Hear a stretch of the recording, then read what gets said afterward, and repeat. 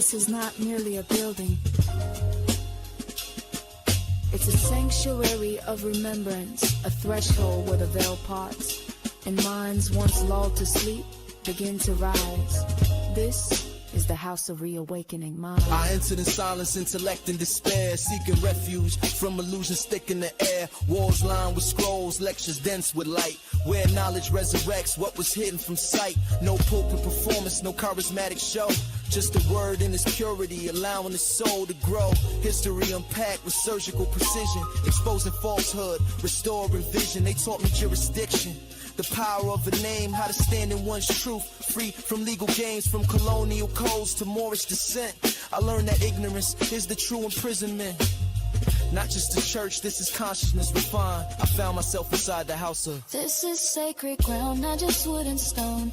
A haven for the seekers who once felt alone. Here the veil is lifted, the contract unwinds. In the house of reawakening minds. Truth is the altar, wisdom is the flame. Every soul remembered, every bloodline reclaimed. Time collapses and the spirit aligns. Inside the house of reawakening We minds. speak of capitis, diminution, and trust law with grace, pulling veils from the statues that distort the race. Reverend Doctor don't preach, she teaches through metaphysical keys and universal speeches. From Egypt to Amexim, maps are redrawn, and the minds of the lost are profoundly reborn. They decode etymology, undo the brands, expose how black was a corporate sleight of hand. This is reclamation through language and tone, where status is corrected and sovereigns are grown. From natural law to the astrological signs, the cosmos converge in these sacred confines. This ain't dogma, it's the science of the divine. Every lecture a seed in the garden of the mind. He said know thyself but gave no guide, until I found the house where illusions died. Here the soul remembers, the contract is clear. We are the heirs and the ancestors cheer. This is sacred ground, not just wood and stone. A haven for the seekers who once felt alone. Here the veil is lifted, the contract unwinds. In the house of reawakening minds. Truth is the altar, wisdom is the flame. Every soul remembered, every bloodline reclaimed. Time collapses and the spirit aligns. Inside the house of reawakening. They don't ask you to believe, only to remember. You are not lost, you've simply been rendered. Redacted by systems, misclassified by law. But the house restores what the paper man saw. It's not just theology, it's the restitching of fate. The alignment of cosmos with your birthright state. Genealogy meets metaphysics, past meets now. The veil is a lie and this house shows how. They speak a treaty, jurisdiction and name. That being black was never a rightful claim. They restore divine memory through patience and fire. Raising minds from bondage in the conscious empire. No choir needed when the frequency's high. It's the house where illusions die. House of reawakening minds, where scholars become sages and the forgotten reclaim the eternal.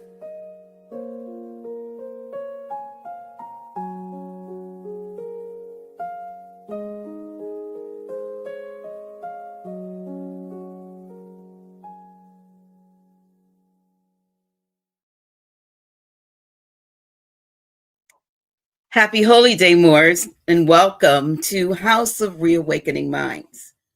House of Reawakening Minds exists for the exploration and practice of spirituality in an enlightened community dedicated to honoring the myriad of sacred pathways to the universal creator. We are an awakening center for spiritual grounding, free thought, self-discovery, and Moorish science, a learning experience for all ages. Tonight's broadcast is a very important teaching and is one I felt was best delivered directly and uninterrupted. So Grand Sheik Taj Tarik Bey will be presenting a teaching on the subject of status, identity, and historical identity theft, anchored in an early American court case involving a man named William Dungey, who was represented by Abraham Lincoln. Tonight's teaching is not about ideology, and it's not about encouraging anyone to take premature action. It's about understanding how questions of identity, nationality, and status have been handled in law for hundreds of years, and how those early legal questions continue to shape the reality we are living in today. So I will remain on camera with Grand Sheik, but this teaching is basically his to deliver. I may interject briefly where appropriate, but tonight is about listening, learning, and gaining clarity. With that, I yield the floor to our master teacher, Grand Sheik Taj Tarik Bey.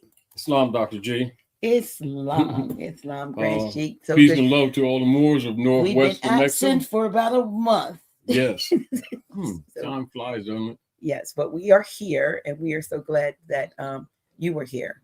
And as usual, you do your excellent job of interpreting what I present to you on subject matter, and particularly when you are constructing the graphics and the backgrounds. Seems like you have a psychic sense for the mood. But anyway, very often, Dr. G, first I want to greet all of the listeners to the channel, to the House of Reawakening Minds. And also I know from a transitional perspective that maintaining the channel has been really, tight for you. So I encourage those who, want to support the channel to do so, because she doesn't always complain, but I already know what she's going through trying to maintain the channel. As a matter of fact, we're going to have to cut down the time or the presentments to maybe once a month due to the fact that of the suppressing cost of maintaining it, because the channel is not monetized, which was a decision we made for dissuading compromise, as you get the point. But we do understand the geopolitical operations and the heavy countermeasures that are made in relationship to anyone and anything that actually moves toward helping or assisting the people to restore the lost estate of North America. And one of the reasons why we're making reference even to the William Dungey case is not so much because we've, gone loosely over the William Dungey case a couple of times, Dr. J. Mm-hmm. However, I'm not so much focused on himself. I'm looking at the peripherals. I'm more addressing the motives and the timeline. These are things that I wanted to bring to your attention. Mm-hmm. Timelines, and then we want to look at what's going on then, and we want to look at what's going on now, because I think a lot of times when in past that we've addressed the William Dungey case and then made comparisons to the Dred Scott case, etc., due to the timeline, etc., and because of the people being trained in the mind control Linnaeus paradigm of racism, that's where most people's thoughts are going. And even when we're talking about things like this, because of the training, contemporary training in the modern era, that's almost where their mind stays. Mm-hmm. And so when you, like as we're saying, and as we were talking earlier, going into the William Dungey, so many people will be looking in still with that state of mind when that's not where we're coming from. If you get the point. Mm-hmm. We're talking about estate, and we're talking about the culture, and we're talking about peripherally the geopolitics that's not addressed often, which would include activities that's going across American continent. So most of the time people are looking at the focused critique that is often made more specifically as Central North America, and what they would refer to as the reconstructed slave trade narrative, which we all know that's misrepresented and false for the most part. All right. Mm-hmm. Both timeline and identities involved. Right. As an example, I wanted to make a firm affirmation for people to remember that America is the continent coming from the north to the south, Chile. And one of the things that the occupiers have done has practiced the misuse of America to their corporate operations to separate in the minds of the people the land and the unum sanctum claim on the land, i.e., and on the suppressing the culture and also the genocide operations that when they talk about the history, they always wash that out by getting people to focus on the emotional perspective of mistreatments of individuals as a stare decisis target presented for the Aboriginal people. And that's the general frame of mind. So anyway, I'm gonna say Islam, Assalamu alaikum, Shalom, Vadimekum, Bonabot. So I wanted to present a few things, and it's for current events because like when we would address, say, the Dred Scott issue with the status issue, which has been used as a study around the world. Now, that's not new, but I want to remind us of this. And one of the things that had inspired me to do this again is because when I went into the store the other day, I was, doing work, and we went to the depot, and two people approached me in the aisle, two different aisles, who recognized my face. Aren't you the guy that we seen? The usual stuff. And wanted to talk for a little while. And a brother had a little child, and he had a little doggy in his cart. And he was surprised that I was in there working. He says, "You do this kind of work and stuff?" But anyway, he got my hand and everything, and he asked me about the issue. One of the things that he was interested in was memorizing, seeing something about the Dungy case.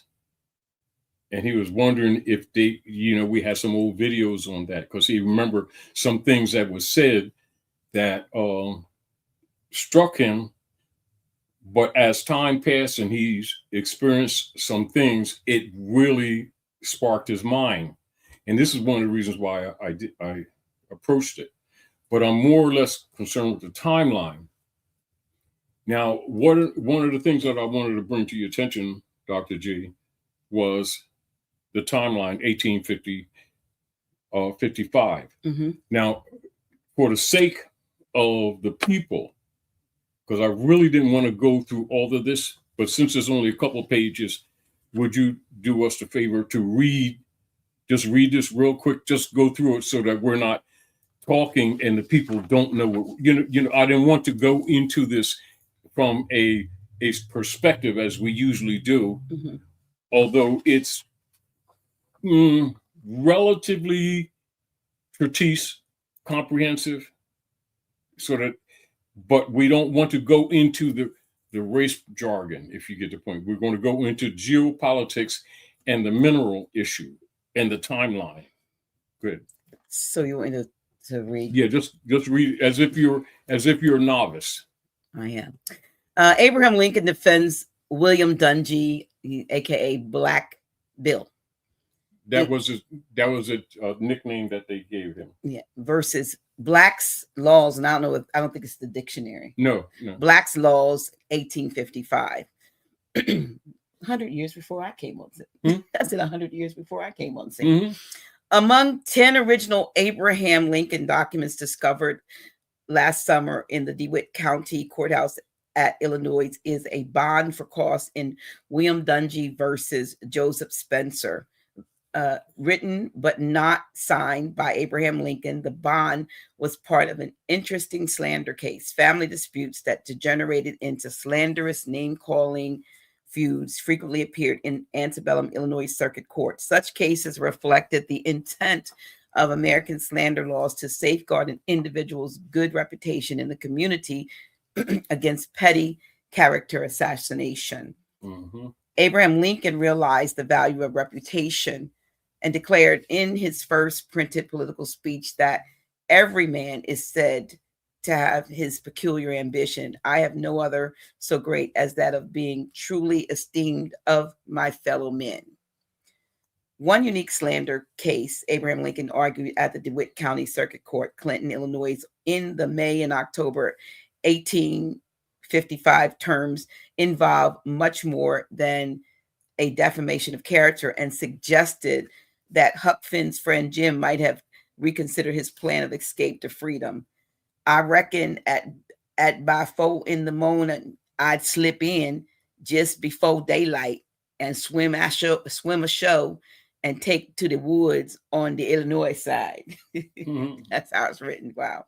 In August of 1851, William Dungey, a dark-skinned young man of Portuguese descent, married a European woman, Joseph Spencer's sister. A family quarrel ensued, which became so bitter that in January 1855, Joseph Spencer, a European, claimed throughout the community that his brother-in-law, Black Bill, was a Negro.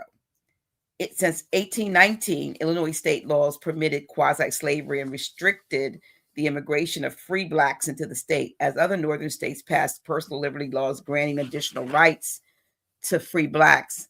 Illinois state toughened its stance against them. In the 1848 Illinois state constitution required the General Assembly to pass such laws as will effectively prohibit free persons of color from immigrating to and settling in the state.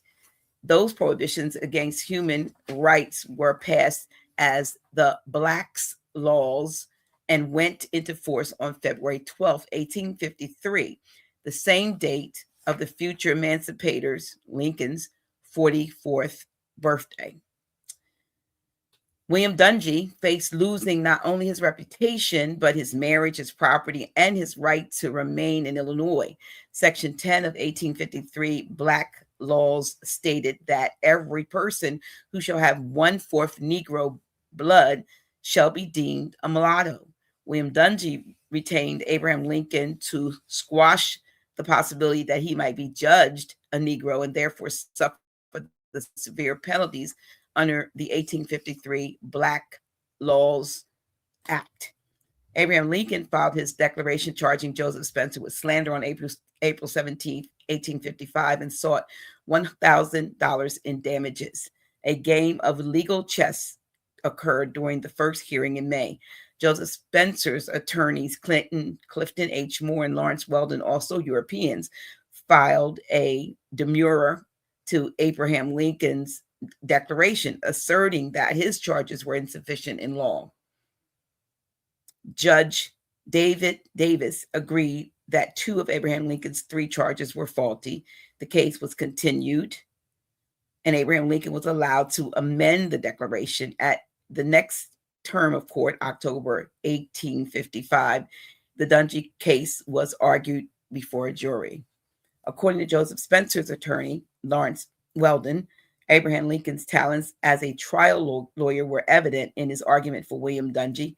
Lawrence Weldon stated that Abraham Lincoln questioned Joseph Spencer's character by demonstrating how Joseph Spencer went from house to house gabbing that William Dungey was a quote-unquote nigger. Attorney Lawrence Weldon emphasized that Abraham Lincoln's tone and pronunciation had a curious touch of ludicrous, which, instead of detracting, seemed to add to the effect. Abraham Lincoln further undermined Joseph Spencer by using humor to persuade the jury that there was reasonable doubt regarding William Dungey's race. The attorney, Lawrence Weldon, recalled Abraham Lincoln's statement: "My client is not a Negro, though it is a crime to be a Negro, no crime to be born with a black skin. but my client is not a Negro. His skin may not be as white as ours, but I say he is not a Negro, though he may be a Moor. Mr. Lincoln, interrupted Judge Davis, scarcely able to restrain a smile. You mean a Moor? And when the first Moor was Moore written.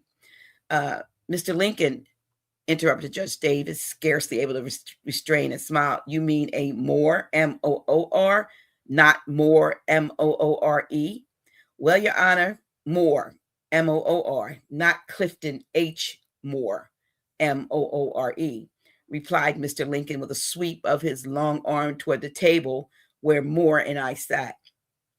I say my client may be a Moor, but he is not a Negro.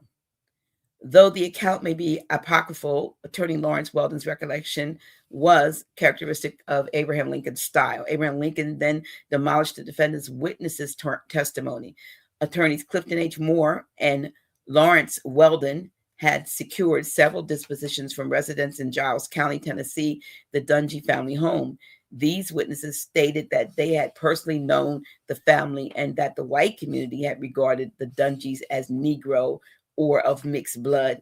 Under cross-examination, Abraham Lincoln argued that their testimony was hearsay, as the witnesses admitted none of them lived within 30 miles of the William Dungey residence.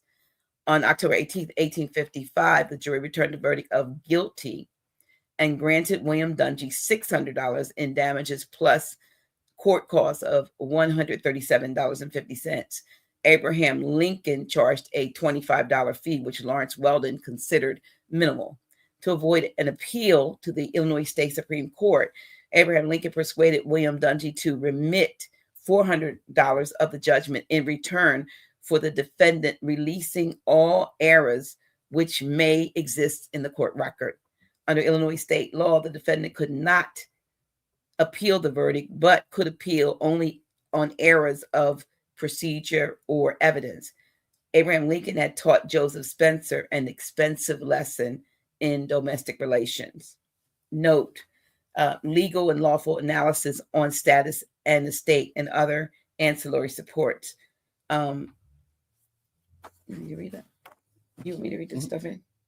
The reader, researcher, or scholar is advised to review the foregoing synopsis of the William Dungey slander case of 1855 with keen considerations about the realities and facts that in law and legal process, one's status also determines one's standing in relationship to one's estate.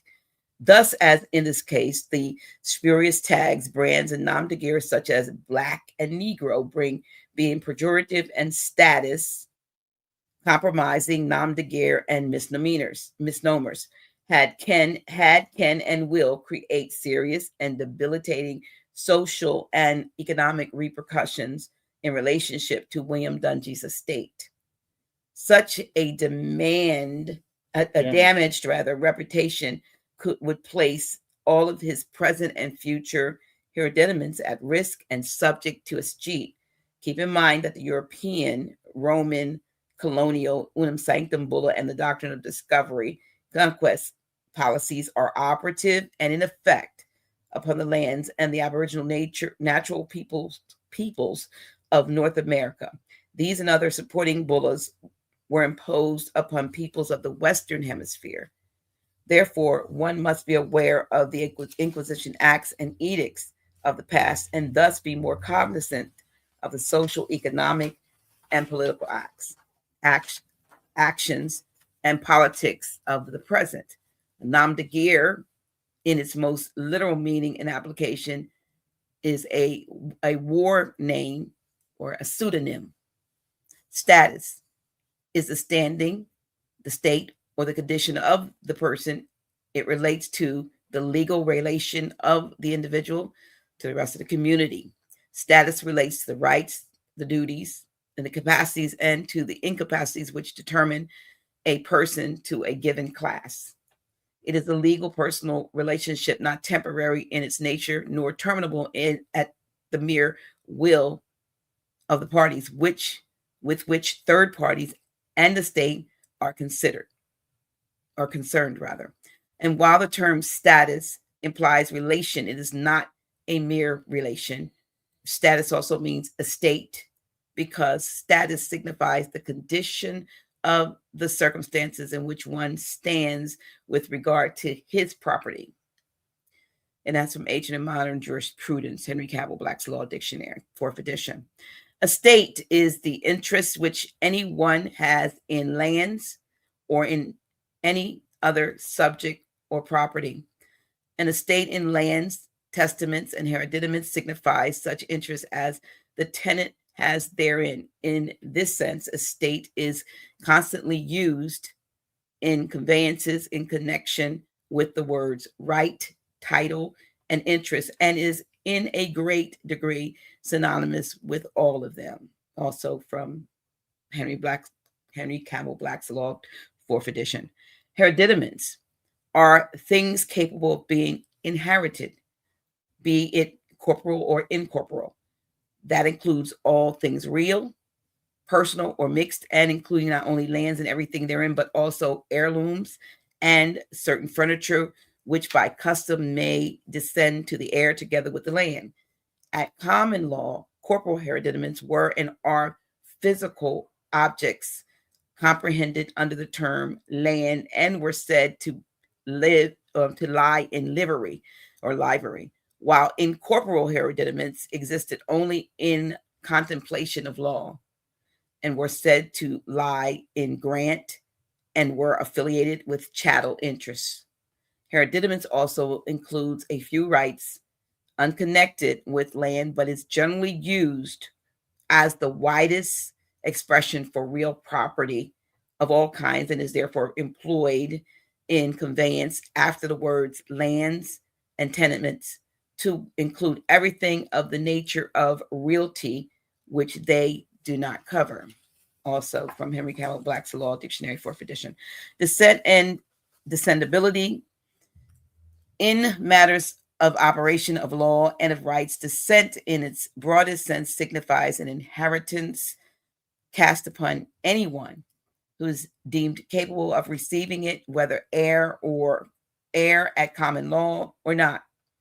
Thus, descent may occur by hereditary succession or by a succession to the ownership of an estate by inheritance or by any act of law.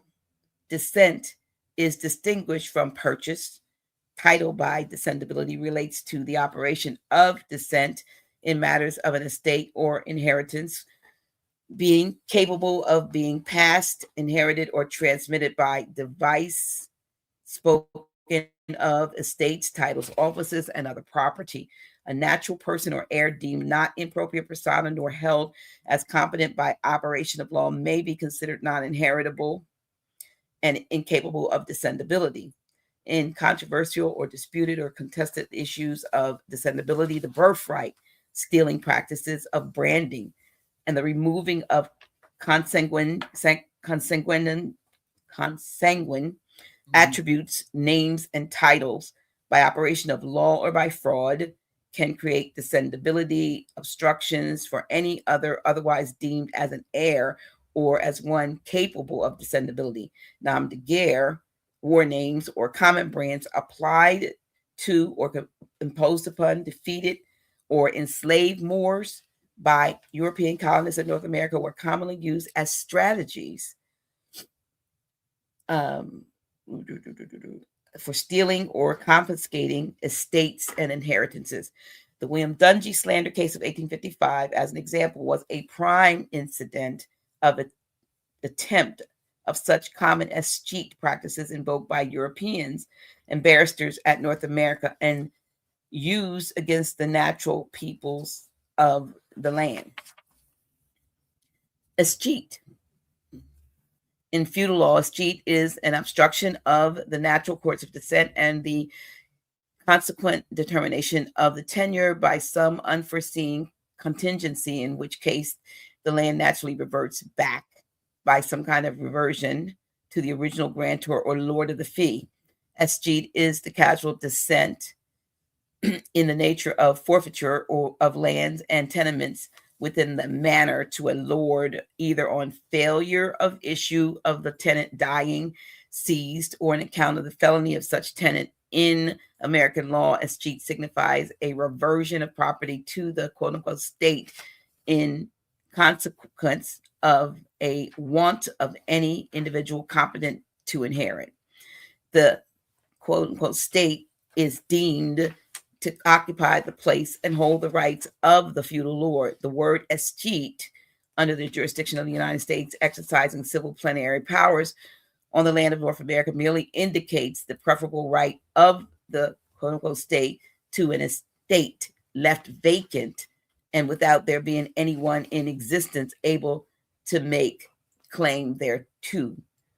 Reality is a brief term realty is a brief term used to apply to real property and also for anything which partakes of the nature of real property. Feudal law is the body of jurisprudence relating to feuds. It is the real property law of the feudal system. It is the law anciently regulating the property relations of lord and vassal and the creation, incidence, and transmission of feudal estates. Civil liter mortuus is a law term that applies to one who is held as being civilly dead in the view of the law. It is a condition of one who has lost his civil rights and capacities and is accounted dead in law. Civil liter mortuus is the negative status which stands in stark opposition to in full life, which means continuing in both physical and civil existence. That is neither actually dead nor civil liter mortuus. Etymology of the word quote unquote black. Black. The word black is an adjective and is of Middle English origin, linguistically and grammatically. Middle English places the word black between the years 1100 and 1500. As a means of measuring the passage of time, this equates to the timelines of the 12th to the 16th centuries. Scholars and other literate people who possess the capacity to read associate the Middle English linguistic timeline by way of the Julian calendar in the Common Era. In the history of European culture, this period of time is considered the High Middle Ages and is also called the Age of Cistercians. Cistercians are members of a monastic order which was founded by Saint Robert of Molesme in the year 1098 at Citeaux, France, under an austere Benedictine rule. The etymology of the word black is Middle English, and the Middle English is derived from the Old English word black, B-L-A-C, which linguistically places it from the language of the English people from the time of the earliest documents in the 7th century to about 1100. Both of these English words, black, B-L-A-C-K, and black, B-L-A-C, are derived from Beal, B-H-E-L. Thus, black, B-L-A-C-K, originates from Beal, B-H-E-L. The origin and true meaning of the word Beal is to shine, to flash, burn, shining white, and various bright colors. One, beluga from Russia, like beluga whale, beluga caviar. Belyi, B-E-L-Y-I, means white. Phalarope from Greek, phalaros, having a white spot. Bale, B-H-E-L, is a suffix variant form of bel-wo, blue, derived from Old English. Blue, B-L-E-U, and B-L-U-E, derived from Germanic Belwes, blue. Beel, B-H-E-L, has various extended Germanic forms such as bleach, derived from Old English, Blaikjan, B-L-A-I-K-J-A-N, which means to make white. Bleak, from Old Norse, bleikar, B-L-E-I-K-R, which means shining and white, and is derived from the Germanic Blaikaz, B-L-A-I-K-A-Z, which means shining and white, etc. Important derivatives of Beel are blue, bleach, bleak, blaze, blemish, blind, blend, blonde, blank, blanket, blush, black, fragrant, and flame. Etymology, noun, in plural form. Etymologies, Middle English, etymology from Latin, etymologio from Greek, from etymon plus logio, logi. Etymology is the history of a linguistic form as a word shown by tracing its development since its earliest recorded occurrence in the language, where it is found by tracing its transmission from one language to another, by analyzing it into its component or component parts, by identifying its cognates in other languages, or by tracing it and it cognates to a common ancestral form in an ancestral language. Etymon is the literal meaning of a word according to its origin, from etymos, meaning true. Etymology is basic to elementary grammar and is vital to fundamental reading skills. Primal and important for the reader, researcher, or scholar to acknowledge and to realize is the deliberate and strategic misplacement of or misusage of words, and to also recognize the social engineering and pejorative, non-de guerre, and prima facie applications of the tags, brands, and misnomer usages of English words black and Negro, etc. Note that such wrongful and depreciatory misuses were demonstrated in the William Dungey slander suit case of 1855 were not without negative intent. The principal argument related to the spurious usages of these words falsely applied as identities and placed upon the Aboriginal natural peoples, Moors. Such violations constitute arbitrary acts of denationalization, statelessness, wardship tenures, and create a condition of non-descendability, and thus would justify escheat by the state by operation of law, establishing a lack of heritability. The slander, trespasses, and torts initiated by Joseph Spencer against the good standing of William Dungey was meant to injure and to damage his status. Therefore, the lawsuit declaration of the William Dungey slander case, as filed by Abraham Lincoln, was well grounded in law and necessary as a remedy in law to secure the rights of the state for his client, William Dungey. History and the public record shows that the William Dungey slander suit was litigated and concluded on October 16th of 1855, and that Abraham Lincoln was the lawyer defending Dungey's honor and estate. However, one must also remember that this important slander case was also litigated 5 years before Lincoln held the office of president for the lowercase united uppercase states of America, November 6, 1860. Another important fact to know and to remember is this: Abraham Lincoln was a key player in the issuance of and the signing of General Order 100, known as the Liber Code, and that Abraham Lincoln was the last de jure constitutional holder of office, president of and for the Republic. All succeeding presidents of the United States thereafter were and are operating and functioning in de facto status. The defense of William Dungey and his estate by Abraham Lincoln, the lawyer, prior to his holding the presidential office, did not sit well with many Europeans occupying North America. The later, or the initiatives which gave incentive to Lincoln's executive actions while acting as president for the lowercase united uppercase states and related to the Emancipation Proclamation of 1862, though modified twice by a disgruntled Congress, were influential in the growing practice of Abraham Lincoln being called Africanus the First. Consider and analyze the later to be established and deliberately undermined Bureau of Refugees, Freedmen, and Abandoned Lands in 1865, noting the 40 acres and mule subject matters and the associated attempts at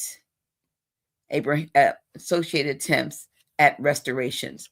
Contrary to injustice, the birthright stealing and escheat issues at North America continues. Right. Courtesy Moore's Order of the Round Table. And this whole reading, if you have our USB drive, is in the folder titled Taj Tarik Bey, and it's titled Lincoln, I believe, Defends a Moor. Just so you know, for those of you who have the flash drive, that's where it is. Now, two things I want to bring to your attention. Okay. Now, this is one of our old newspapers, right? Mm-hmm. From 202 in issue. Now, as you already know, with the fire, a lot of my old stuff got burned. Now, there's Protocols of Liberty, Mm-hmm. and those pillars are used in government around the world.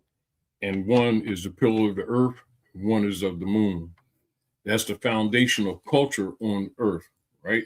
This is why silver, being the alchemical metal for the moon, when you hear them say terms like the silvery moon, Mm-hmm. or in the Wizard of Oz, when they talk about her silver slippers, and then when they made the movie, they changed it to red, Ruby. but originally it was silver, right? And then the yellow brick road, which is the zodiac law, and then gold is the alchemical metal of the sun.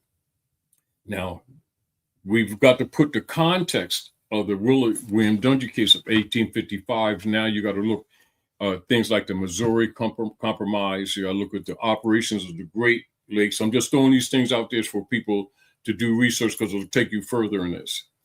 The battle on Lake Michigan, 1812, right, with the Batam Ram. Then you look at the Onondaga Confederation of that territory, which is now Illinois, right? Then you look at the ongoing genocide slaughter that was taking place in that whole area of Michigan, right? And what is the north part is Canada, right? And this is like myself and Grand Sheik Nature Eel had a discussion actually earlier this weekend. We were talking about the Quebec Act. Now, when they talk about the Quebec Act, they'll tell it from the reconstructed perspective. But we already know that with the original obligations of the operations after they conquered the Moors, because remember, they were stealing the land. So these are things that need to be looked at. And so one of the things that they would do, they would call the people Negroes or Indians and use that as an excuse to disconnect them from the land, then claim the land. This is why the slander case that is a standard fare of comprehension then is not cognate now. Well, I do, when I was reading all that, what came to mind to ask you before we got too far was, in terms of stare decisis, and because it was a case that was determined, in the favor of William Dungey, is that not stare decisis that could have been since then, even up to now, used by? Now you're coming to why I'm saying this, because it's the peripheral motives and understanding. Is, remember we were discussing, I was saying why I wanted to do this. Okay. Now, knowing that the other reason, see, because then they could claim his property, because remember, they were mining. I don't know what they were doing, but the gold and the silver. Because remember, that was one of the major issues. Because the gold and the silver is the money. Mm-hmm. So what they would do, they would slander and call them Negroes and blacks. And if it wasn't rebutted lawfully, that dispelled them from the human family. And they would use that as an excuse to run them off the land, claim the land, which is what they've been doing to this very day. And now this is again why so much emphasis is put on the Dred Scott case, which right after this, to divert people's attention from the William Dungey case. Why? The William Dungey case deals with the estate and status. And while they talk about the Dred Scott case later dealing with status, they're promoting the Linnaeus race paradigm mentality and disconnecting the issue of the land claims, which they don't want to be discussed. That's why you hear very few people talk about the Dungy case, because the Dungy case covers motive, right? Mm-hmm. The fact, what many of our people don't know, that you could sue them for slander, for calling you not just, Negro, Black, etc. And as you already know, many of the youth now heard some of the stories of their grandmothers and grandfathers getting in fights. Generations ago, if you called them Negro or Black, they would fight you. Mm-hmm. But that was the reason why there was a different consciousness. They knew that was the setup to steal your estate. It wasn't an issue of, they called you Black and you wanted to fight. They knew you were being set up for estate theft. Wow. And this is the other reason why they won't teach the people that status, like people would think status is just how somebody looks at you in the community, attitude. Why? Whether they like you or not and stuff like that. When the real deal is, it concerns all your rights, including your land, your hereditaments, things that on the surface, if you didn't know jurisprudence, it would never dawn on you that they're setting you up to steal your estate. So the generations later are being taught that they're just slandering you, with a pejorative statement. Now, this other point that I want to make. So many of our people now, when they've been trained to adhere to the Black codes, thinking that is the identity. But remember, that's part of the operation. So as you can see, the paradigm of estate stealing still continues, and our people look at it incorrectly, is what I wanted to bring to your attention. But that still stands today. Mm-hmm. This is one of the reasons why you'll see exactly 100 years later from this time, right, to 1955, which also happens to be your solar return. That's right. Right? I was born. I had to come on That the they thing. started promoting and pushing the artificial person paradigm of the corporate person to solidify the theft of the estate and to promote the false paradigm of us being imported as opposed to us being the people of the land who were being disinherited. Mm-hmm. And then promoting it under the Negro Acts and the Black paradigm under the guise of helping us, when actually it was disinheriting us. And then the Circle Church and Chancery, which is the bar association of the Sadducees and the Pharisees that they call lawyers and attorneys, that's why they focus on that. In other words, if you'll pay attention, they guide all activities concerning that. Not the politicians. The politicians are secondary. The Circle Church and Chancery operates that. Okay. Right? And so then you notice how they pick certain persons who agreed to be Negroes to be civil rights leaders. And since 1955, they pushed that paradigm. And then that became part of the culture of self, deprecating concepts that actually abandons the estate, thinking that we're claiming our rights, that reinforced right to this day. This is again why, from a geopolitical perspective, unless someone who's really wants to help the people, you will not see them talk about Dred Scott case. And they'll talk about you won't hear them talking about the William Dungey case, because remember this, 1851, 1855, Dred Scott case, 1854, 1857, that within a 7-year period, right? Yet scholars from around the world, and particularly at North America and Canada, use the Dred Scott case as a legal and lawful study case in human relations and sociology relative to rights and liberties in relationship to people of Asiatic African descent in the Americas.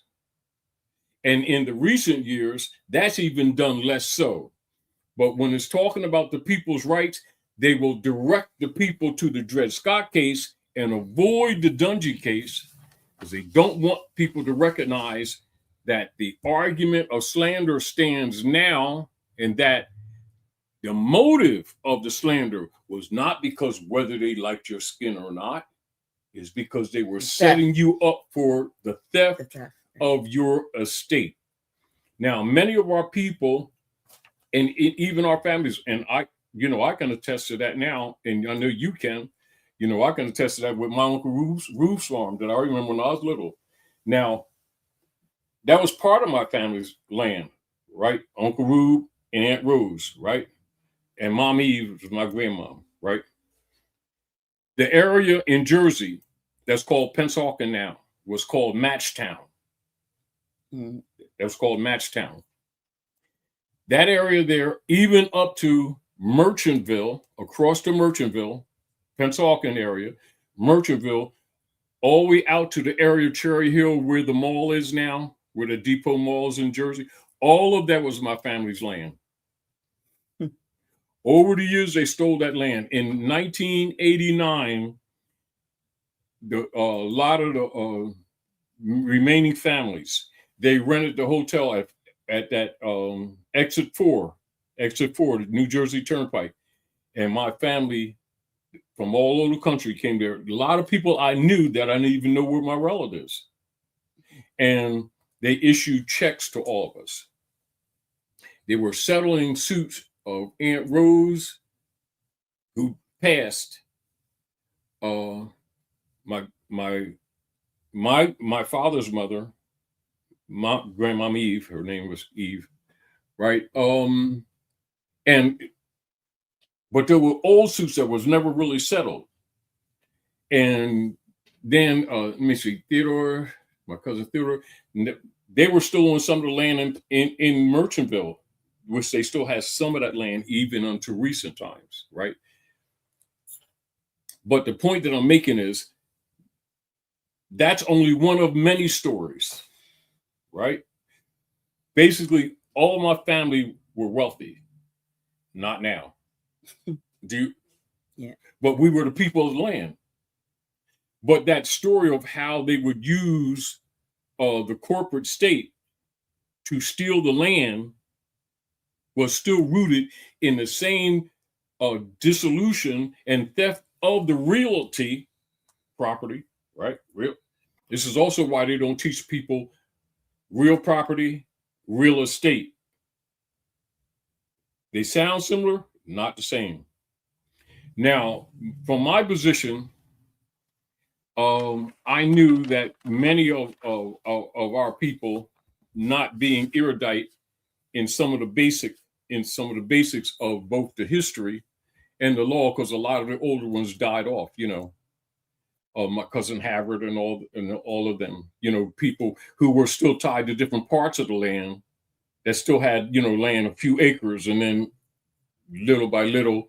Now, I remember some of the lawyers. I remember the name Roberts in that area, right? Mm-hmm. Over the years, they stole all our family's land, right? But now, this is the point. I remember when we would discuss some of the things, because we was in the big banquet hall, where we ate and stuff like that. And they were discussing different things with some of the elders, right? Some of the ones that had some memories, taking notes and stuff like that. But the point that I'm making is the argument of slander, and because it's the deal. Under the Black Code, you can't make a claim. And people It doesn't dawn on people, just like what you're saying. This principle still stands. Well, that's why I was saying. Just slander. However, under the Black Codes, you have no right of claim.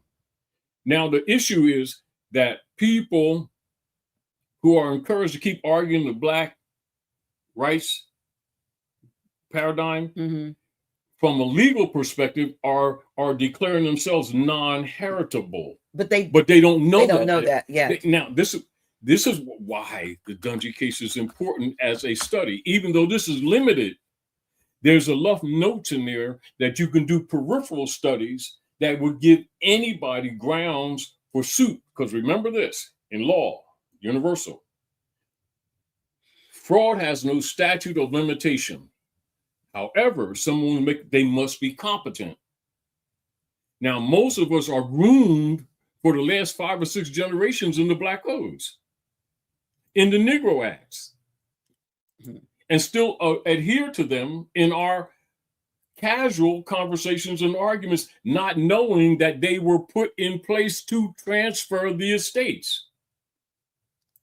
Now, the assumptions, and this is with the Emancipation Proclamations and the Bureau of Refugees, that's why it's called like even today, if you pay attention, when they're mentioning the Emancipation Proclamation, right, with Abraham Lincoln, number one, they will not talk about his sojourn being a barrister, a lawyer. And with this case, he was a lawyer. This was before he was president. And also some of the motivations on his assassination that's not discussed in your regular history books. This case had a lot to do with it. Because it would have given, that's why the Lieber Codes, right? What is called the Lieber Codes, right? Most people don't know the Lieber Codes is the basis of what's used now is called international law. Are you aware of that, right? No, I didn't. Yeah, but I'm pointing this out to you. These are the things that I wanted to point out to you for you to respond on, because I already know. So once you look at those correlations, not just the timeline, the correlations of things that are taken for granted, you read them and you read past them. However, they're impacted right now. Then, now, like I was showing you on the here in the Protocols of Liberty, right? Or lesson book, right? Those pillars, right? The sun and the moon. In all the secret societies and in all government offices, their main chambers, they will have this either officially or non-officially, right?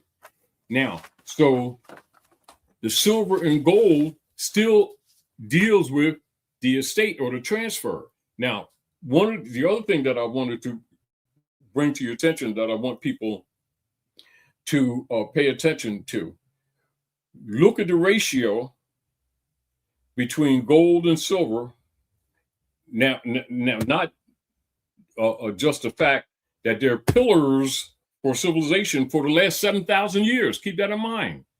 Last 7,000 years, those are the pillars for trade. It goes beyond that, but we're talking about in the general recorded history for international trade.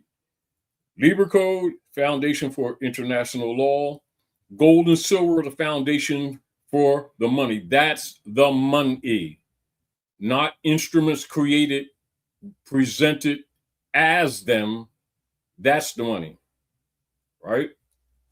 Now, the ratio of mining on the planet for the last 7,000 years, right, why has it always been 15-1? Because in the natural content of the averages of mining around the planet, and mainly as a secondary residual, which we call dross metal, usually where they would be mining mainly copper, they'd be mining for gold, copper, and lead area. That silver was sort of like a a gift metal that come by virtue of mining those other metals. Okay. Right now, and the average in nature is 15-1. That's why when you look at the Coinage Act, which is adopted from Muslim law, like when Obama talked about the United States Constitution coming from Muslim law. So now you can understand why they have William Dungey in the newspaper dressed like that. Well, that wasn't that Abraham Lincoln? Yeah, but I'm just saying, Dressed because that's Moorish dress. Right. If you get the whole point. But Right. the point that I'm making to you, and to mock him, call him Africanus, because he was defending the Aboriginal people when we're being occupied. He's like going against the grain. Yeah, I thought I was not going to say anything tonight, but it seems like you're taking me down rabbit holes. Which is what That's the intent. So I just did a quick, the background for you all. What the Libra code was named after the person who I guess authored a law or the code, and General Orders 100. Yes. Issued in 1863 during the Civil War. Yes. Formerly called Instructions for the Government of Armies of the United States in the Field, and it was drafted by Francis Lieber at President Lincoln's direction. Now, it's the first modern written law of war used by a nation state. Later, international war law, including the Hague Conventions, borrowed heavily from it. Now, what the Lieber Code actually did is set rules for military occupation, enemy persons and property, martial law, status of civilians versus combatants, confiscation, seizure, and military necessity. It normalized the idea that an army could govern civilians in occupied territory and redefine their rights temporarily or indefinitely under military authority. Now continue, because I want you to get grounded. Okay, so this is critical. The overlooked reality, it was written for rebels, but applied to a people. So although it was written to manage the Confederate States, the code treated entire populations as subject to military rule, allowed status changes without consent, justified suspension of civil and political rights, introduced a legal gray zone between enemy, civilian, and property. After the war, the mindset of the Lieber Code didn't disappear, it migrated. Now, how this affects Moors and Moorish Americans specifically, status was reassigned, not restored. After 1865, the U.S. Never fully exited a wartime administrative posture for certain populations. For Moors, indigenous and pre-existing peoples were absorbed into new racial legal categories. National identity was replaced with color-based civil status. People were treated as wards, dependents, or subjects, not nationals with standings. This mirrors the Lieber Code logic. People in occupied or reorganized territory are governed first. Rights come later, if at all. So the military law quietly bled into civil law. Now, when you understand the state of mind, you got to put in the timeline. Yeah. Now, then you look at Timothy Drew Ali, and you understand the state of mind, the right of claim, and the alleged, the support of the queen, saying that she would back him, and then when the people came, they betrayed. Same thing with Coolidge, said that if he could get over 500 following, they'd back him with his army and navy. Then you had thousands. Then they undermined, infiltrated the movement. And then Coolidge claimed it was going to help Noble Drew Ali. Yes, because what they did. This is what happened. He commanded Coolidge to bring the true Al-Moroccan flag out. Al is descendant, Moroccan. Al-Moroccan is American, true American flag. This is why they would start teaching the people later in the schools that the Star Spangled Banner, which is an amity and commerce flag, right? Mm-hmm. Start teaching the people that that's the American flag, which is the falseness. Okay. Right. And this is why you see so much of that history in Philadelphia, and then them doing the ritual of the Mummers Parade at 6th and Moore Street. That's where they gather, even though that's tight with all these big troops, they gather at that small area. And one of the battles was right where City Hall sits in Philadelphia. And then the Masonic Lodge that's right across is where George Washington closed the lodge. And George Washington was an Army general. And one of his assignments was to help divide the Moorish estates into the states, which is why he's referred to as the father of their corporate operations. Right? Now, and he closed the lodge at Philadelphia. That's why you see that bronze statue of George Washington and Lafayette in front of the lodge, and they end the Mummers Parade right there. Now, so a lot of people that travel to Philadelphia are looking at that and don't know the history behind it, because it's always told from the connotative contemporary slave concept, not from the Aboriginal people's lands actually systematically being sequestered or annexed, right? And so it's again why then when you're standing at that area where George closed the lodge, when you look straight up, it takes you to a mound, and that mound is where they have the art museum. Now, when you look at that area from the sky, that whole area becomes the architecture is an ankh, literally. Mm-hmm. And where both branches of the fallopian tubes go, you deal with the Schuylkill River and the Delaware, right? Mm-hmm. And then they'll have a statue right at the base of those steps that Sylvester Stallone runs up in the movie Rocky. Mm-hmm. And that statue right there shows you Winona, and then it shows you a European with the flag, and he got a sword under it. That symbolizes her assassination.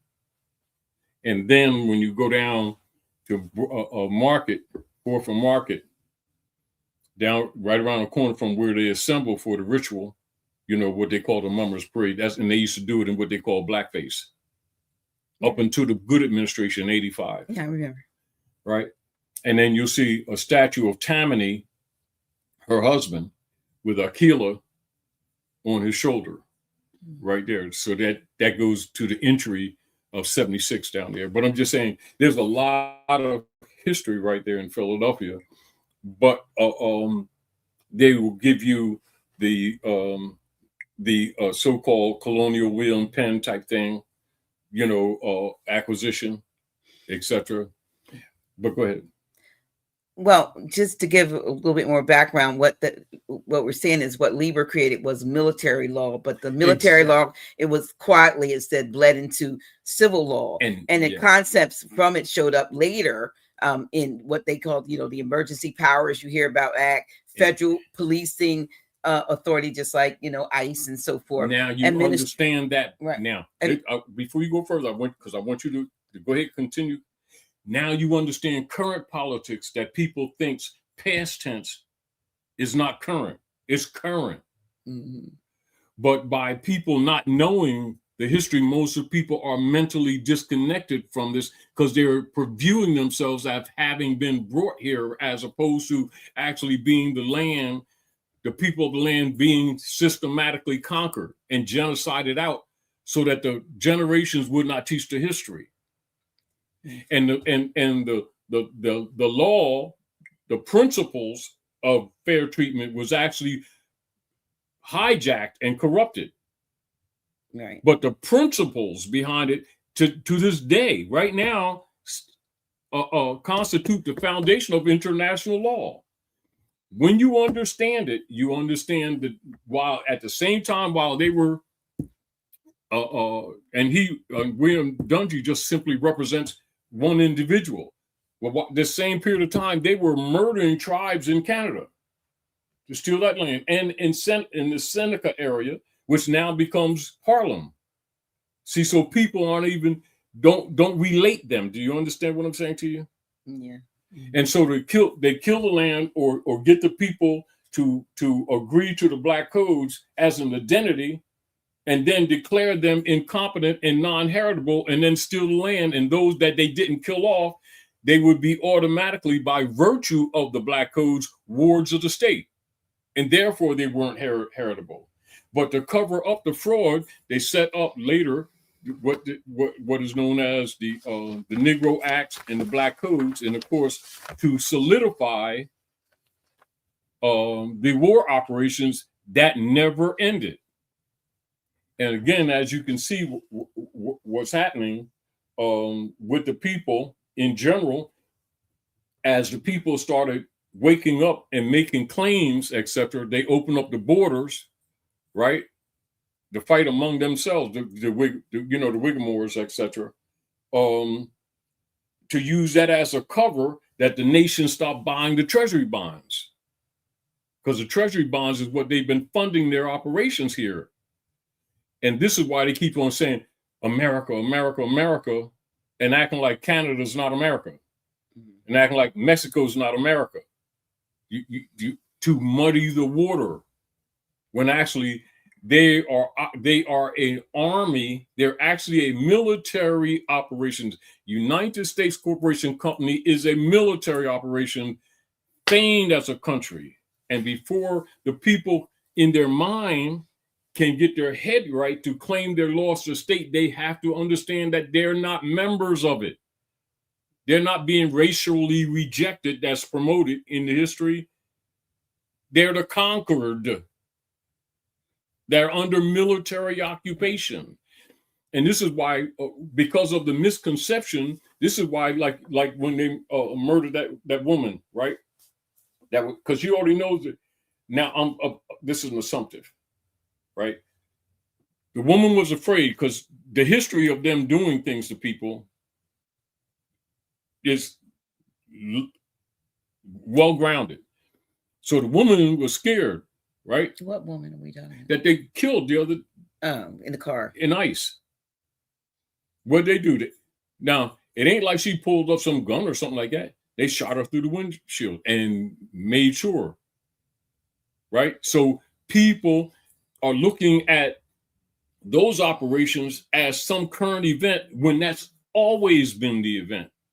The Pinkertons, in contract with the United States Corporation Company, to hide their actual operations, they formulated a corporation called the Fraternal Order of the Police, so that people forget they're the Pinkertons subdivision army operations, subcontracting for the United States Corporation Company as slave catchers.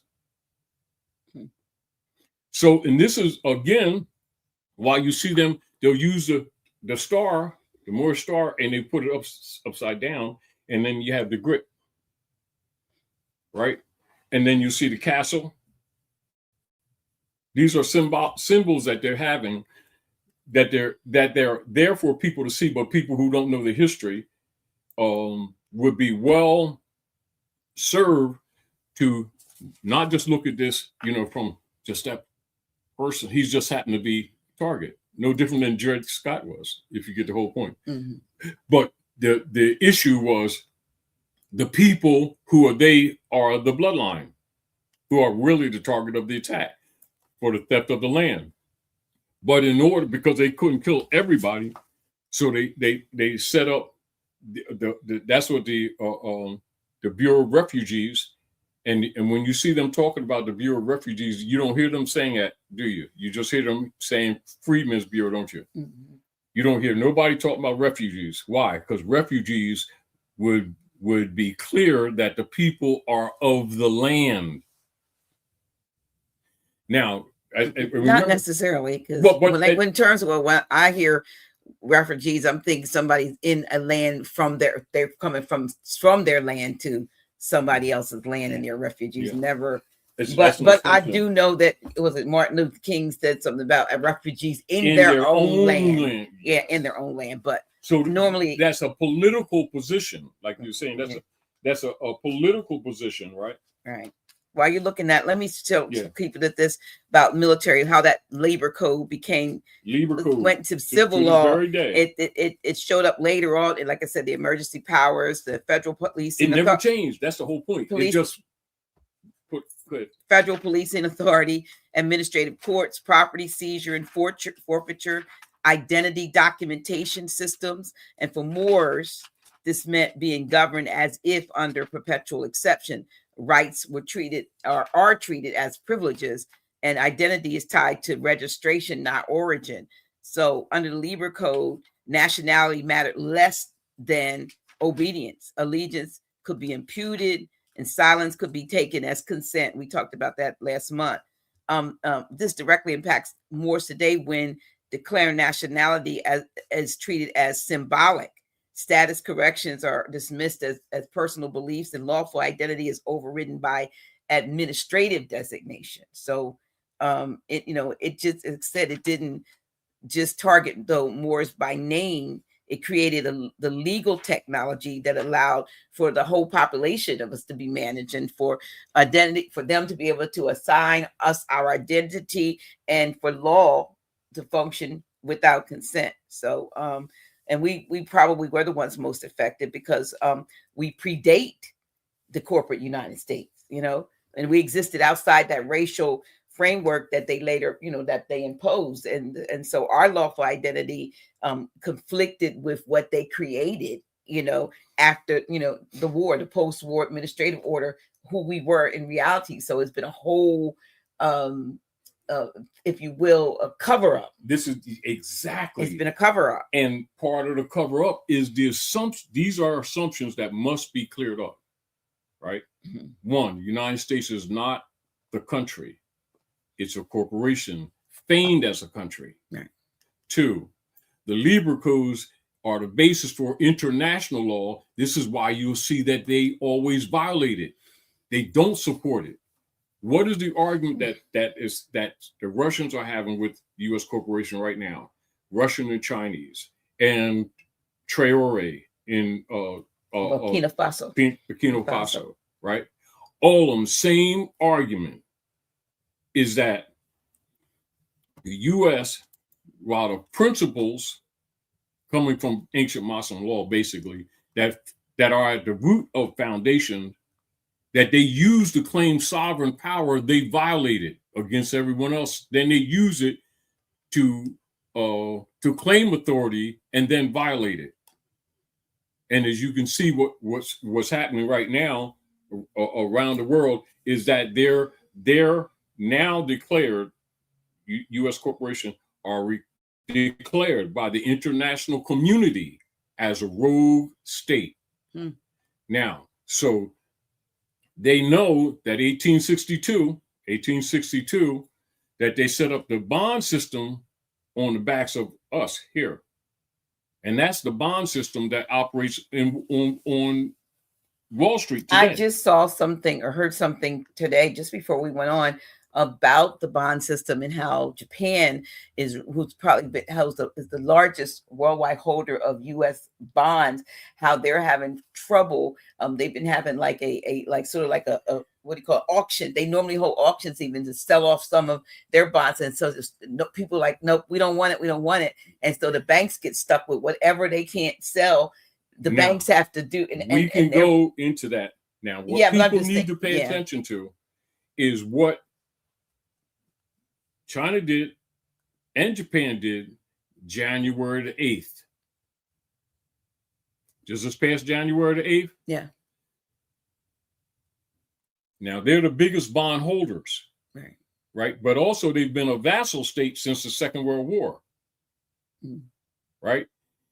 Now, for those of you who are doing a little bit of geopolitical research, do a little bit of geopolitical research on Japan dumping the bonds and some things that were done relative to the bond system relative to statements made by Donald Trump on January the 8th. Even though it's been going on, January the 8th is a key date that they were operating. Now, that's another subject. It's not net separate. It's just that we can go into that with a lesson by itself. And then we go into the bond breakage, etc. That's what's going on right now. See, so if the bond system don't work, right? Because remember, this is where it began. Although it's not discussed. What is it about? Stealing the land. Now, so since then, now, and keep this in mind, everybody needs to pay attention to this.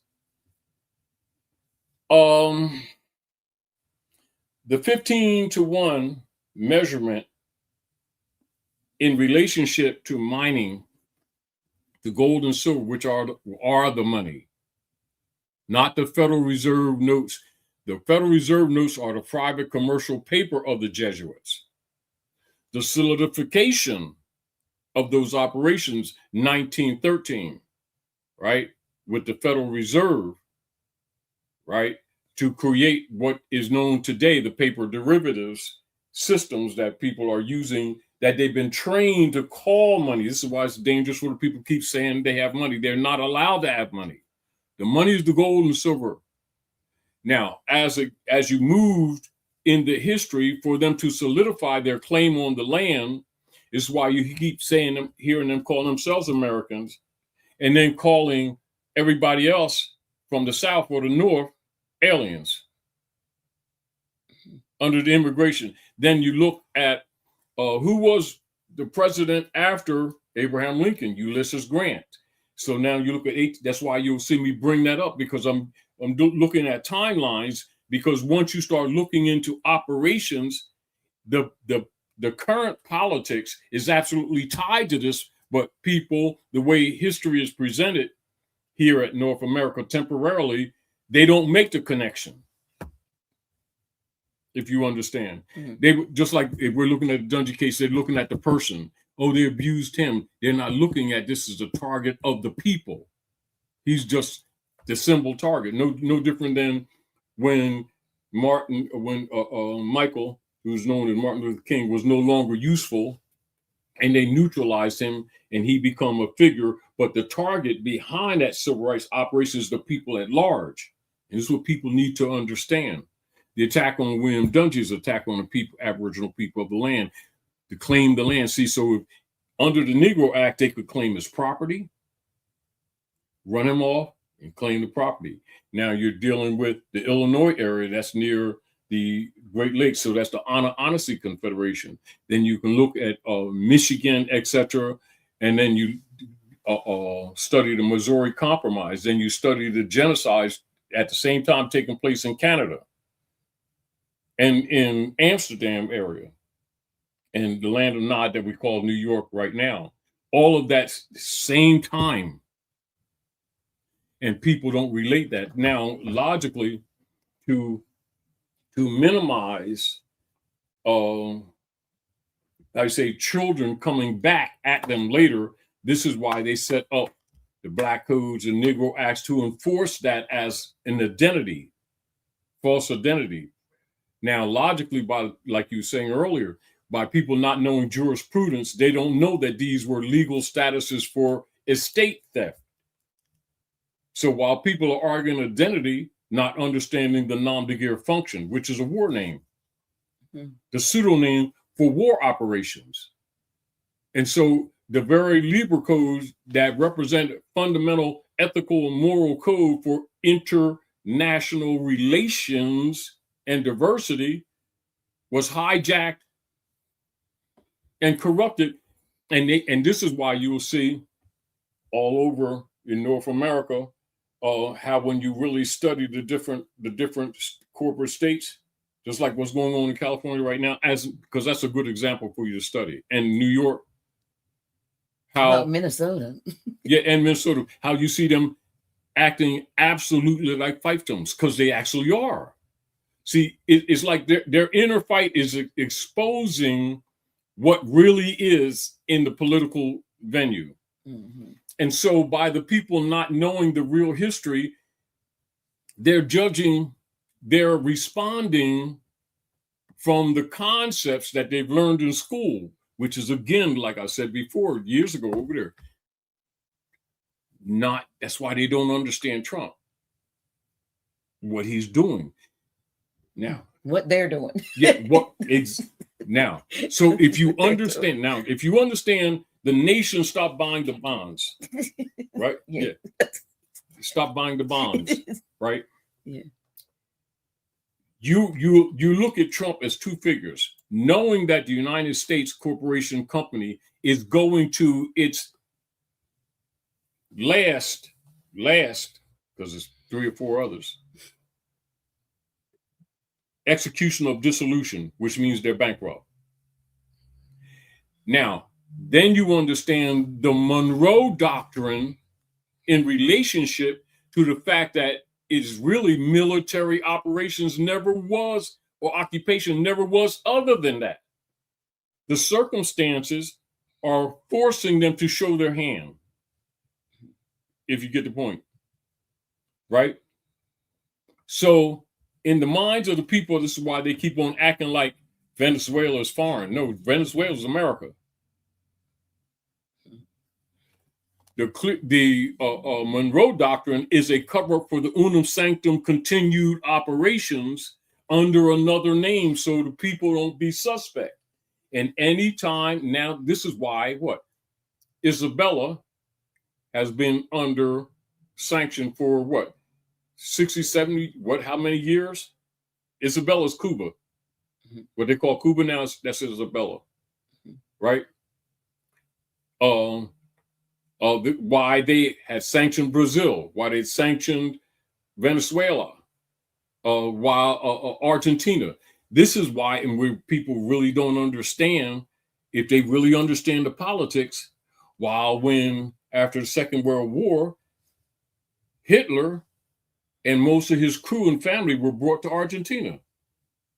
Were brought, or did they just go? He was brought to Argentina. He didn't die in Germany. No, I know. When you say brought, I mean, that's where he fled to, right? That's fled with help from the America. The CIA and the CIA is part of the Third Reich. Everybody knows that, but the people here, because they keep thinking it's our. It ain't no our. And now, Venezuela. What happened in Venezuela with Maduro, right? As an example, right? What is that? That's the Monroe Doctrine unum sanctum claim. So people hear Monroe Doctrine, and it doesn't dawn on them that unum sanctum is still operative, does it? Does it? I guess not. The multiple, what they call U.S.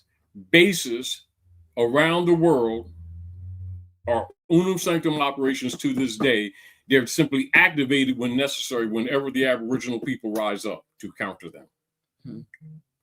The issue with the Manchurian families, which we talked about, years and years and years, when the people really understand the history and the bond system, they'll understand what's going on to this very day with China and Russia. That they would think, in general, the way they're taught here, that that's separate from us here. This is interesting. The paradigm of genocide that's taking place in Palestine, the playbook is what they have done and maintained with us here. Can I put this up? But the people who don't know the history. I want to put that up. I want to put that up. Not because of the red and black, but it says, loving the colors, loving the red and black. This reminds me of my culture back in Ghana. Actually, my grandparents said we migrated from America to Africa in ancient times. Peace and love. Yes. Glad to hear that. And that's true. I need to put that. But now they said everything is in reverse. They reversed everything to disconnect the people from the land. See, there's a mental disconnect. It's not a real disconnect. but it's so deep, it's so ingrained generationally in us, Now, and that it's hard to give people the truth. They well, they think truth's a lie. Again, you have a greater understanding why Jurali set up the old Canaanite temple, because Canaan land is here. Canada is a residual of Canaan land. Mm. Do you understand? And this is why, like when you go up in Jersey and parts of Pennsylvania, etc., you'll still see the old Moorish names from all Phoenician tribes. Well, listen, I didn't know what else happened on January 8th besides it being, as Noble Drew Ali, Prophet Noble Drew Ali's solar return. But what did happen on the 8th? On that date? Japan made one of the major dumps. China made a major dump. And I want people to do the research and see some things that Donald Trump said. And it becomes apparent that choice of that date was not accidental. Okay. If you get the whole point. They do things numerologically. Right. Now, whether they did it because it's Drew Ali's solar return, I don't affirm. But when you do the research, you're going to see a lot of things were centered on that day in their geopolitical operations. That's why another reason I brought that up. That's interesting. Now, but what again, like you were saying earlier, Dr. G, right? Mm-hmm. And then you see when Drew Ali says, when he made a note of the nature of the Moorish mission, he says enforcement of Constitution. Because when you do that, you discover it's not that you're being a member of the U.S. corporation. It's to claim the lost estate, but you must be in proper person to have status standing to even make the argument, because people didn't know that the black codes were put in place to make the people non-heritable.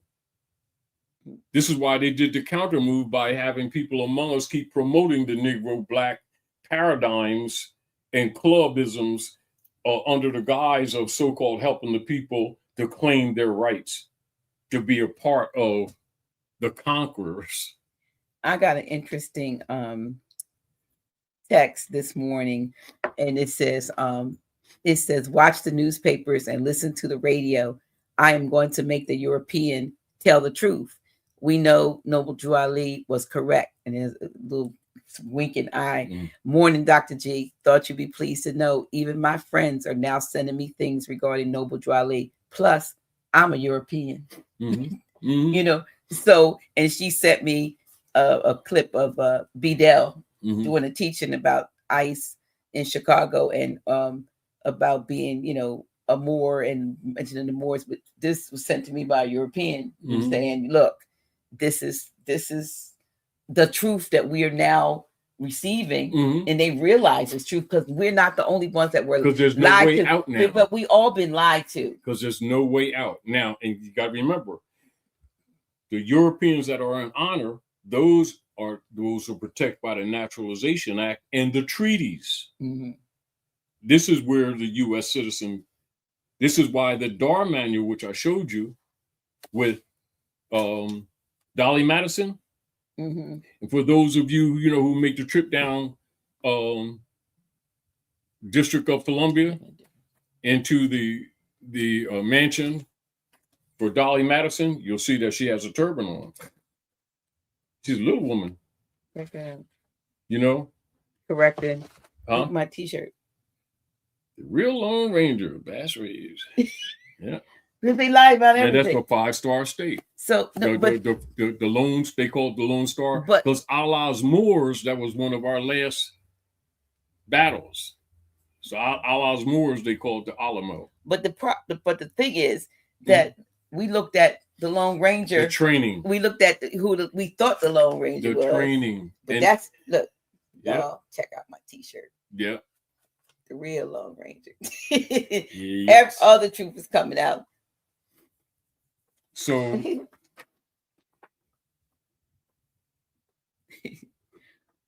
But anyway, from a standpoint of So now this is the other thing that we want people to pay attention to. yeah, okay.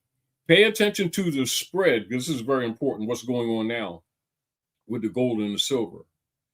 The fluctuation between the spread of what they're calling the derivative paper, silver, etc., and gold, etc., the ancient standard of 15-1 is based in nature and operative here over 7,000 years, right?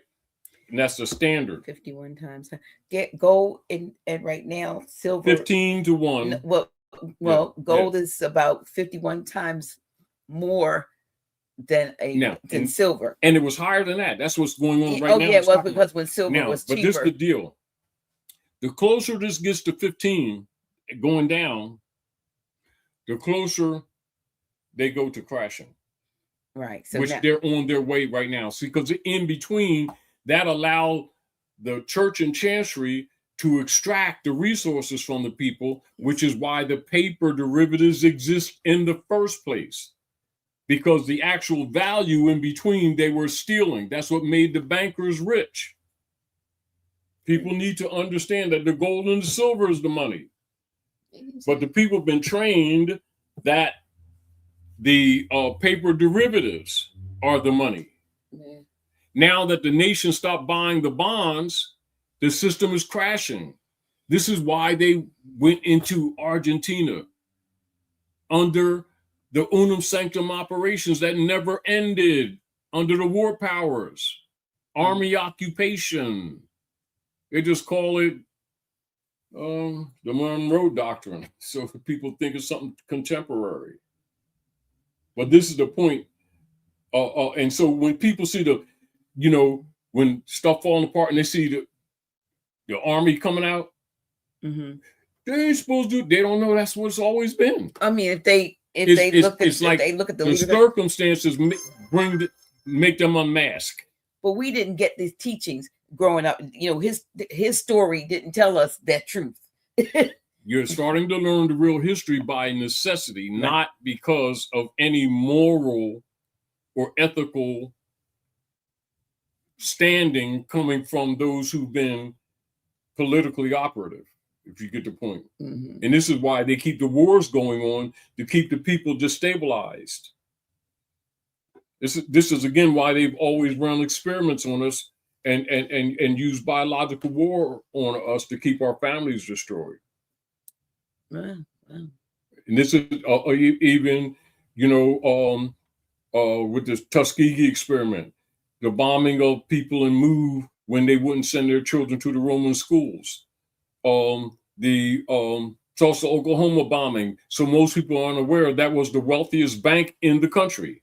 They talk that part, do they? I even think that the back in the 40s, the tuberculosis plague that went through was another. They did that. That was a biotech. Exactly. Yellow fever, a bioattack. Yeah. All of those, COVID, a bioattack. People, they think this stuff is, nature's blowing winds around with germs. No, those are unum sanctum operations on military army control. And if you pay attention, right, just like you see the genocide that they did to us that they're doing in Palestine, right? Mm-hmm. People who understand the geopolitics understand that that's run right from England. They set that whole operation up. What? The genocide in Palestine right now. The playbook was done to us here with the branch operations of the United States Corporation Company. Okay. That's today is faking as the Americans, as you get the point. In other words, we're the test case that made the playbook for what they're doing in Palestine today. And some of the operatives are the same people from the baristas that are actually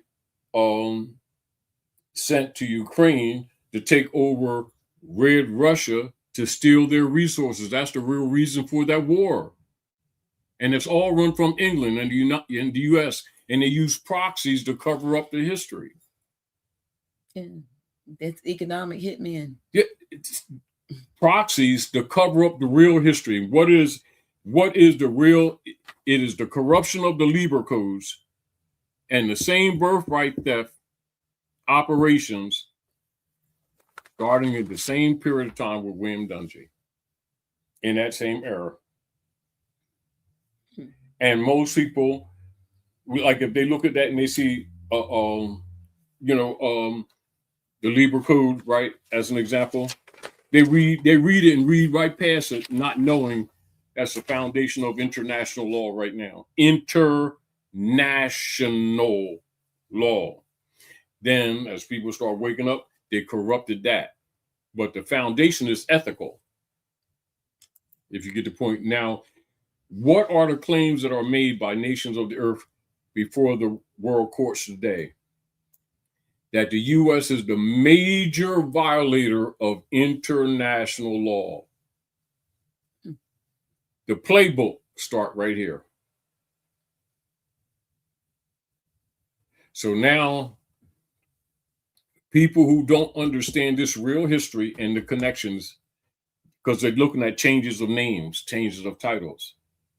This is why they don't understand Trump. And I always say, I'm not supporting Trump. People need to look at him differently. He's assigned.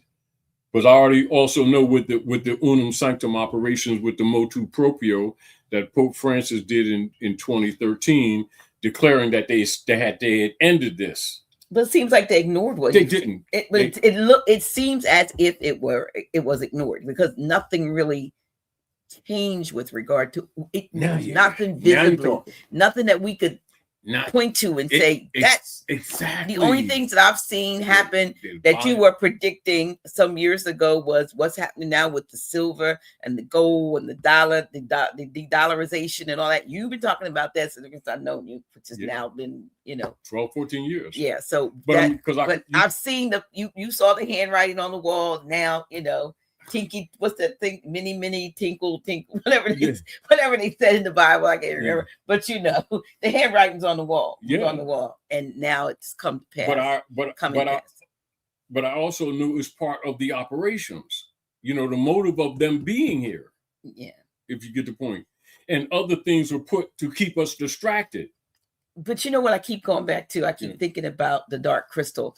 Even though it was a Muppet puppet show thing, they're actually telling you history. Not only telling us history, but I think they also given us a clue. Jim Henson was giving us a clue as to how the future could be if we stop being so divided. No, and we start seeing our instead of looking at our differences. Look what you're saying. Now let's qualify what you're saying. If we stop being so divided, when we need to understand that the division schism is an operation from childhood. So while we have to be cognizant that it's a war operation to give the people the inspiration to counter it, because they keep thinking it's our attitude to each other. We need to understand it's a military operation against us. It's not our attitude as a culture, as a people. Yes, not normal, it's not natural. Right. So when we say we need to counter the schism operations of the corruption of the Lieber Code under the military army operations that we've been fooled into thinking is, quote unquote, the government. Because there's a different mental approach, because we keep looking at the government as our mother protector when she's actually our murderer.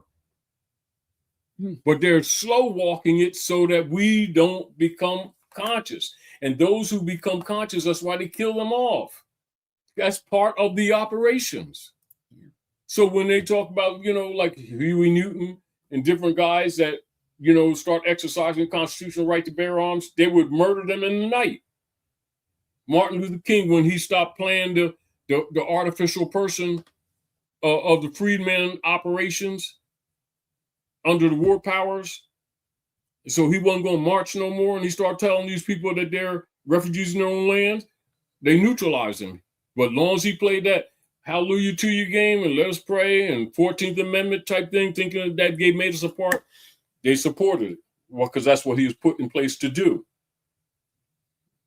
But I think, we were talking today about the fact that the identity theft, and they have stolen it over centuries. I mean, it's coming out. That's why this is now, when you start paying attention to the peripherals of the Dungy case, it will lead you to other information. So if you get people to not be so focused on, but what are the peripherals? Well, I could see right away as I was reading it that, wait a minute, this is the case. It was settled. It's stare decisis. We should have been using that as a basis for our, so clearing up that we're not these Negro, black, colored people. Look at the motive of the so-called leaders. Many are who scholars who know this stuff. They will conveniently avoid this case and promote the Dred Scott case as a race victim argument. And most of the people aren't even aware of this case. This is what I'm talking about. They're the same timeline, both dealing with status. But yet, even with the Dred Scott case, the determination that he was in error. Right. So that's the one they want to promote. This is true. His position is false. Right. Same argument, status. And this is back to even what you were talking about earlier, how, even how do these people really understand status? I suggest no. It's why, and then again, you can also understand the importance relative to the lost estate of the establishment of the old Canaanite temple. Outside of, the honor and respect that we have for Noble Drew Ali and the sacrifices he made, the principles upon which he stood is bigger than most people give credit for or even understand. Because outside of that, because if you don't correct the heirship title, you have no standing to make the argument. Because either way, it's abandonment. You see the point? Okay. But it goes into everything of, as I was reading it, I'm seeing, like the people, the millions of people have lost their homes and property because of the legal loophole. Legal, not lawful. Now, legal. How many people know that the Property Tax Act of 1919 was unlawful and was set up to support what they call today Israel? And that these people have been funding that British operation since then. But now you understand when Drew Ali did the religious affidavit to remove the under the clause of religious rights, the trust that everybody talks about but don't explain. Right. Why? Because Roosevelt, when he seemed to counter him, was they started using the birth certificates, and I hypothecated allodial. Now you understand when we talk about, 14 years ago when I used to teach about allodial titles and Aboriginal titles, the Aboriginal title and allodial titles are in Law 1 and supersede mortgages and deeds. Okay. And the cognizance of mortgages and deeds coming into operative play 1913 as a countermeasure to Drew Ali, you see it differently once you understand law and jurisdiction. Which is, again, why many people really understand the geopolitics comfortably avoid talking about Drew Ali in any what you call real jurisdictional lawful terms. They'll refer to him from, religious belief perspectives, if you get the point. Then you also understand, when you understand the geopolitics and the Lieber codes, you understand what is referred to as the Great Sellout. Because now you're looking at jurisdiction. Who was selling out? The sellout was infiltrated the movement and was dissolving or trying to undermine Drew Ali at every turn, but while maintaining positions. of authority. That's why he did the additional bylaws in the questionnaire when I told you about the motive of the addition. See, when you know the geopolitics, you see things totally different than people who are reading it on the surface, who are approaching it from a belief perspective. It got nothing to do with belief. It has to do with restoration of lost estate. That's not how they present him, though, is it? No. Is it? Is it? No, you see a lot. I mean, and like I said, you don't get, we didn't get it in school. We didn't get the truth in school. You don't get the truth in college. You barely get the truth on any level unless it's a program such as these, the ones that are like these, like ours, like House of Real Awakened Minds, and others that are truthers or providing. But the problem is the masses don't see it, or they don't believe it when they see it. Then in the philosophy page, which we also said for years for people to read, philosophy page of the General Education Board, isn't it very clear that that's so people don't know that the General Education Board was a War Department operation. So they'll use Rockefeller and Frederick T. Gates, the same Gates family that deal with the bio stuff today, as the same way they use different figures for like Facebooks and stuff like that, and they're really all military operations. Oh yeah, and they tell you what they're going to do to your children.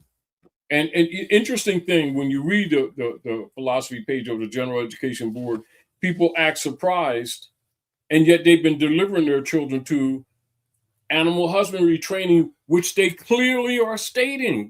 It's not even how many people do you think? It's not even hidden. How many people, Grand Sheik, do you think literally have said, "Oh, before I send my child to school," I'm talking about down through the years, I would like to know your mission statement of the Board of Education. I would like to see the philosophy page of your mission. I'd like to know what they don't know. Who's done that?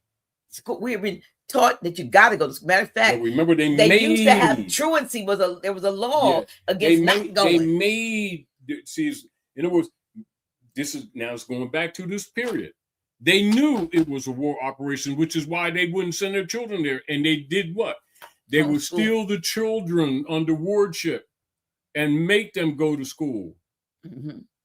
And now I know why. It wasn't that they cared about the children. And they cared about making sure the indoctrination was as widespread as possible. Again, while I was saying I wanted you to read this, but I want you to look at the peripherals, not so much William Dungey. You need to look at the political peripherals. Mm-hmm.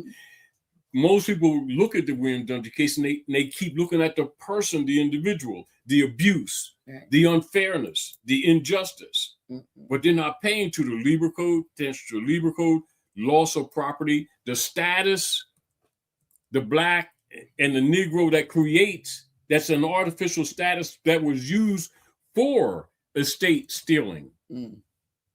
As no different than, pissing a well to declare it unsuitable to steal the well and then to steal the land type thing. And you don't look at it that way if you get the whole point. Oh, this is a contaminated well. Here, so you have contaminated humans. So now they're Negroes and Blacks. So now they're not part of the human family. They're classified as chattels, right? Then state wards, and then the corporate states were used, and these are actually little fiefdoms used to deal with certain territorial states. This is why when you look at your older maps in the earlier 1800s, you'll see that most of the states that they present in school today didn't exist. And we're talking contemporary history. We're not even talking ancient. States didn't exist. When we're talking part of the area, even about to Ohio, part of the Carolinas, part of mid-state was all Virginia. Oh, so as an example, I'm just saying to you. Okay. Florida, same thing. And it was the whole South was Florida and Virginia. Okay. As a general territorial operation. But today, when you're looking at the children, they think that these jurisdictional lines, because they don't really exist, y'all, and we know that. I mean, training. It's like you can stand in one spot, like and be in two so-called states because they just had the They put the lines, just like it's an interjection, just like I consider time. Time is an interjection. Time is more fluid than it is. That's why stuff feels so flippin' weird to us now, because the illusion of time is being shattered. And the same thing with everything else. They overlaid, if you will, jurisdictional lines that don't exist in reality, but we live by them. Training, it's in the head. It's in the head. Yeah. No different than if you tell the average person that might be physically born in this area, right? Mm-hmm. And you tell them this is non-Akoki territory. They look at you like you're out to lunch. Do you understand? This area right here is non-Akoki territory. Okay. Their territory is the land. Mm-hmm. Non-Akoki is was later we called Delaware and part of South Jersey, and a piece of Pennsylvania. Right? Jersey area is Sheik, right?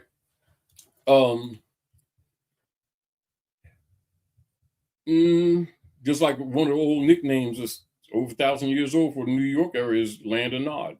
Right. You know what I mean? So, but the generations have been killed off, and so a lot of the and it's recent. It's not as ancient as people think. I was doing some research on the orphan trains and the and what was going on during that period of time when they were clearing out Seneca Village. Seneca Village, they were either killing, putting them in insane asylums. They were taking our massive buildings and turning them into prisons and what they call sanatoriums and stuff to cover the people they was killing with the TB and the different stuff. The people that they was making up, they were losing their minds because they had taken everything from them. They took the land and created what's now Central Park. It used to be a vast territory that our people that's the Naka. That's a Naka area. That's the Naka area. Yeah. Now on my grandma's side, that's the Naka area. A lot of that was their land on my grandma, Mom Eve, Aunt Rose. I forget Uncle Rube's Pennsauken, Cherry Hill area. But I forget. But I remember when I was little when they had the convention at the hotel passing them checks around to pay off the descendants and stuff. I never cashed that check either. I was pissed. I was and I was mad because as I was talking to some of my family members, they didn't understand jurisdiction. They didn't understand history. They were busy trying to be accepted in civil rights and stuff like that. And I was looked at as, renegade, talking against the government type thing. Well, they said that was done a lot in the South, particularly what the most disheartening one is in the Geechee Gullah area, where all of the ones that are up this way are going back, selling their inheritance to Europeans. Mm-hmm. In a sacred area. I mean, I have a friend who was doing being initiated down in that area, and I remember her telling me, if she sees this, she knows I'm talking about her. They went down in the water for the ceremony. She comes up out of the water, and they see a whole line of what we would call mermen across standing in the water up, watching the sanctioning the ceremony. They were being initiated, and they saw them. They were all like a hole in the water. Mm-hmm. And one of the ritual sacrifices, and it's about 3 or 4. And I forget. I remember my grandma used to talk to me about some things. Of course, I forgot because I was 4. But she used to always, sit me. We like the house on State Street, and she'd sit me on her lap and rocking chair, and she'd be doing like this, and sit me on her lap, and we'd be looking out the window, and she'd be telling me stuff. Some of the stuff I remember, some stuff I don't. All I remember is like, Mom Eve, she had a braid that go all past her back, big thick braid, and dark blue eyes, real dark, very blue eyes, and she'd tell me stuff, and I just thought it was stories and stuff like that. But she used to tell me about different parts of the family. And she used to say, I want you to remember this. I want you to remember this. I want you. And of course, I was 4. And that's about that time when, she passed and stuff later. But, they killed off the elders so that they couldn't pass the knowledge. And some of us have residuals of it, and some of us have the feeling memory without the detail memory. Well, they kept, like I said, they kept the young people, the children, the ones of us, they kept alive that were young enough to be indoctrinated, not and we would be, if you will, brainwashed into whatever, philosophy they wanted to push. And then they created the soulless ones in these doggone World's Fair incubator babies, because nobody no woman in her right mind would be giving her premature baby over to be pretty much in a circus in an incubator. Your baby would be in a hospital. Those babies were created. Those were the Cabbage Patch Kids that later on they created doll babies that a lot of us bought Cabbage Patch dolls that we were we thought we had no idea. Actually, they were put in place. They were symbolic to fill up where they kill us off.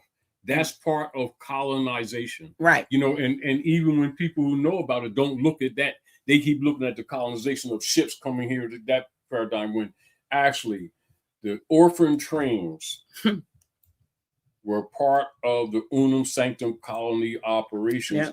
Yeah. They picked prime territories. They mainly murder out the women because remember the basis is matriarchy, and the matriarchs would assign the shakuns. The shakuns is another word for the chief and Sheik. All right. And then the Sheiks would carry out the law, but the circle of mothers was actually where decisions were made. So they kill off the matriarchs, and then they kill off the chieftains. Somebody sends me all of this stuff. I get I get different emails and stuff from people, and I think I forwarded it to myself, but somebody sent me something. She sends me a whole bunch of something, and I really need to I don't know who it is, and I'm saying she because I don't know who this is, because sometimes the name isn't indicative of who the individual is, but it's just that they talk about how the women were the judges and lawyers and this stuff with whatever they send me, and I'm thinking, oh my goodness, this is information. Even though, look, okay, here they are. They send me a lot of stuff. Here we go.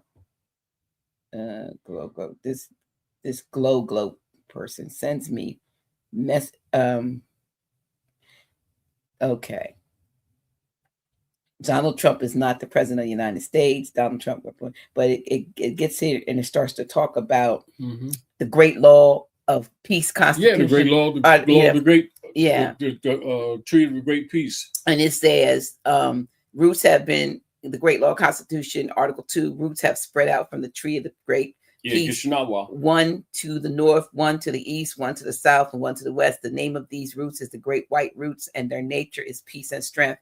If any man or any nation outside the 5 nations shall obey the laws of the great peace and make known their disposition to the lords of the confederacy, they may trace the roots to the tree. And if their minds are clean and they are obedient and promise to obey wishes of the Confederate council, they shall be welcome to take shelter beneath the tree of the long leaves.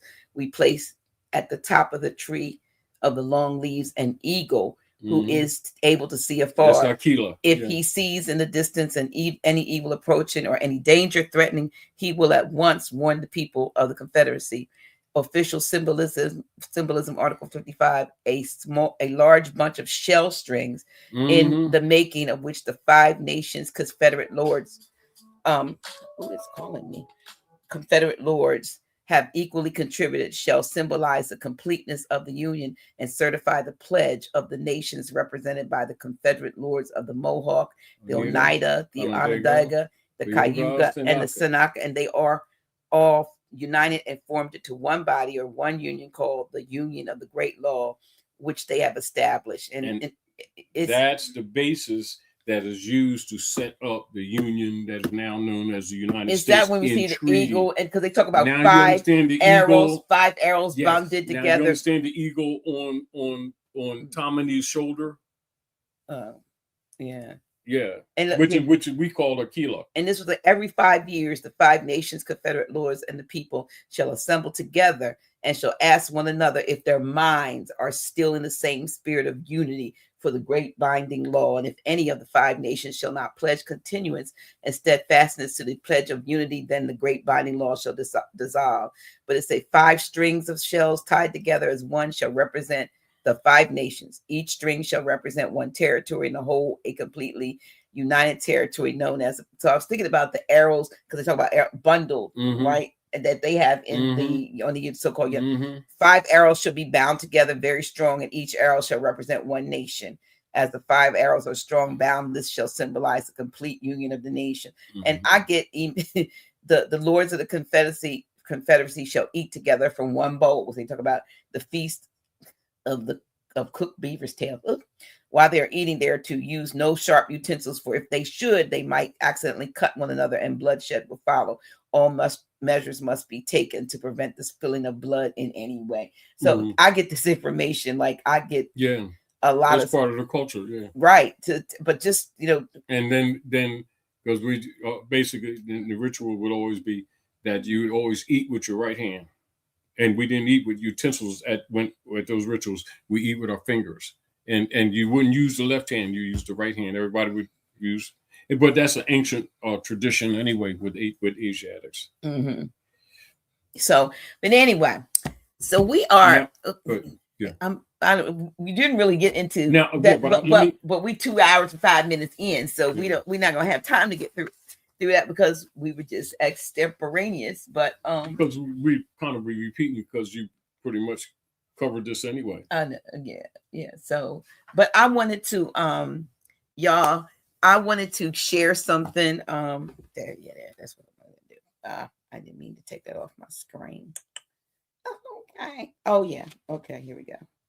I wanted to share this because we're kind of at the end of this particular segment. So I hope you all have enjoyed this discussion that I didn't talk that I didn't have to talk. But he made me read a lot, that's why I sound like a frog. I need some liquid libations because my throat is as dry as the Mojave Desert. But anyway, listen, you might have seen this flyer on our House of Reawakening Minds.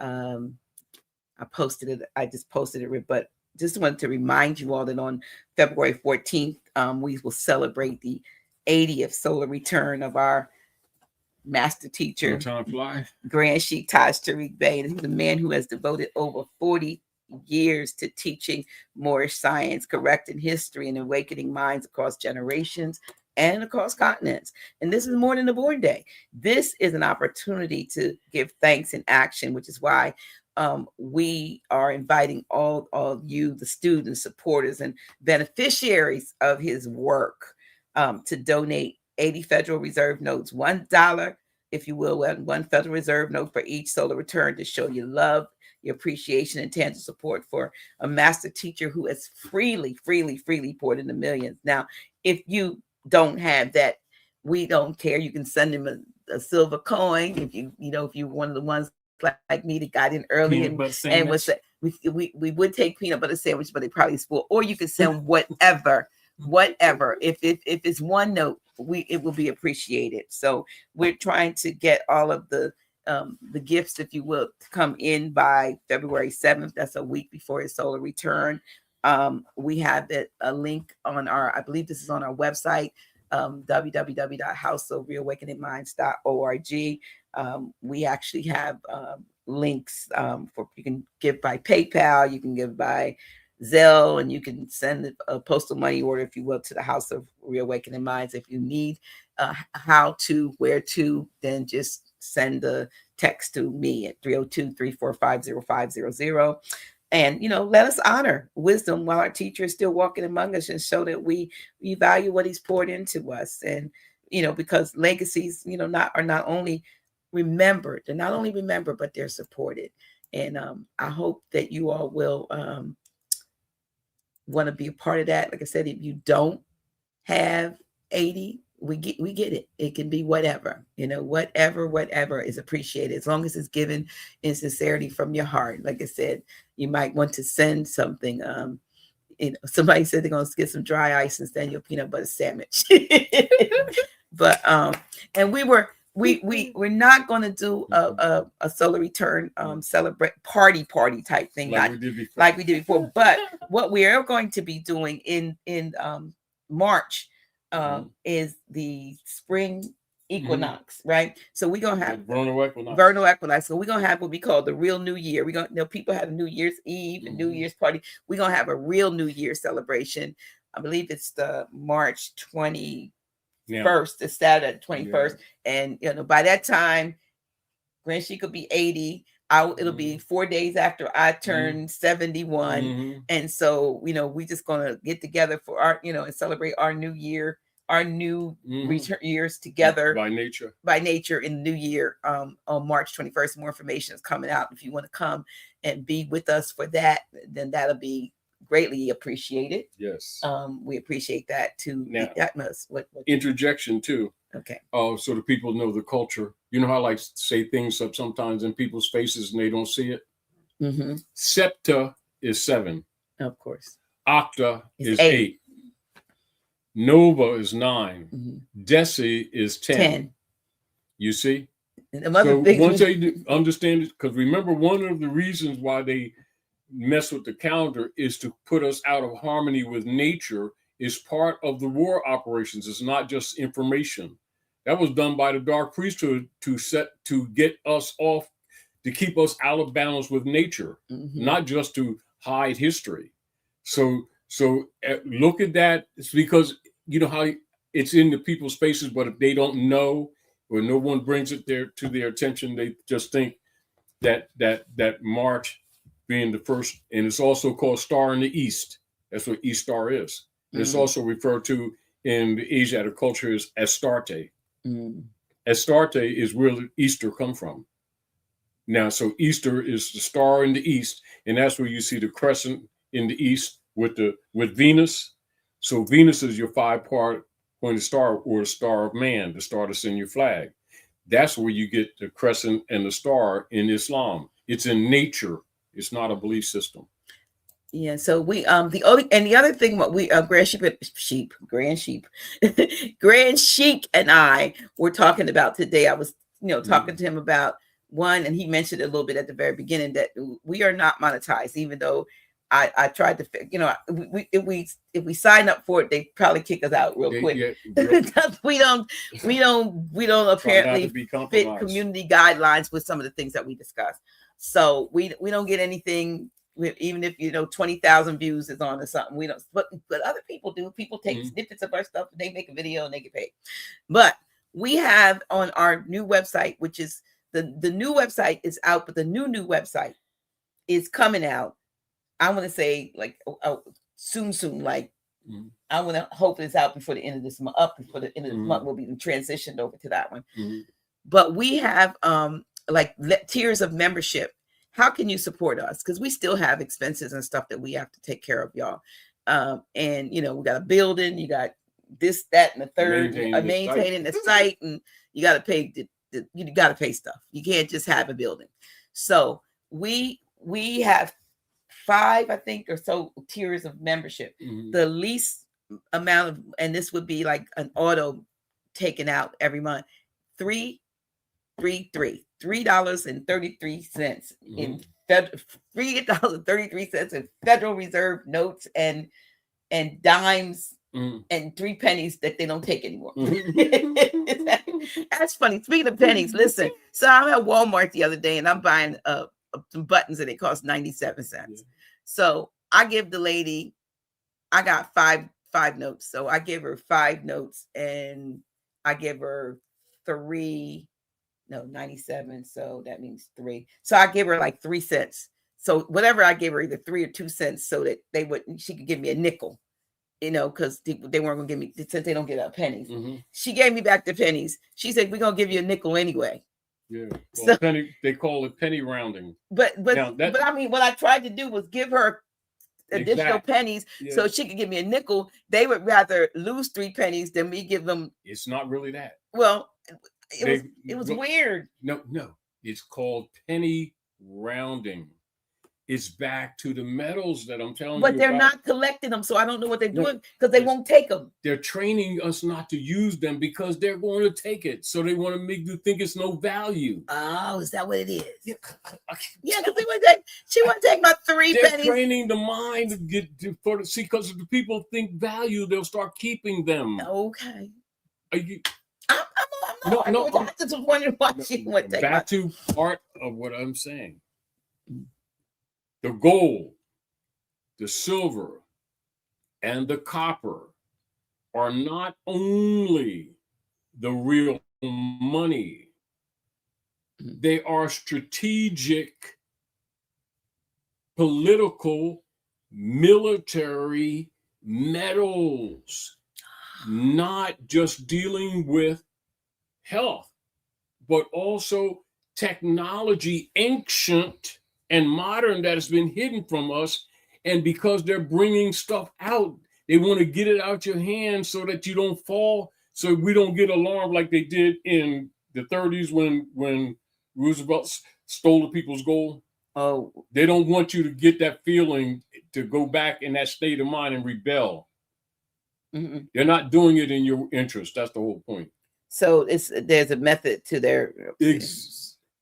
Don't they always come with like they're trying to help you? Mm-hmm. Make it easier. I'll give you the nickel anyway. Mm-hmm. See, so if they give it back to you, it makes you think, oh, it has no value. Okay. And so people stop collecting them, don't they? Mm-hmm. Right? Yeah. Because in their mind, there's no money. The real deal of it is all of those strategic metals are going through the roof in value. Mm-hmm. I repeat, all of those strategic metals are going to the roof in value.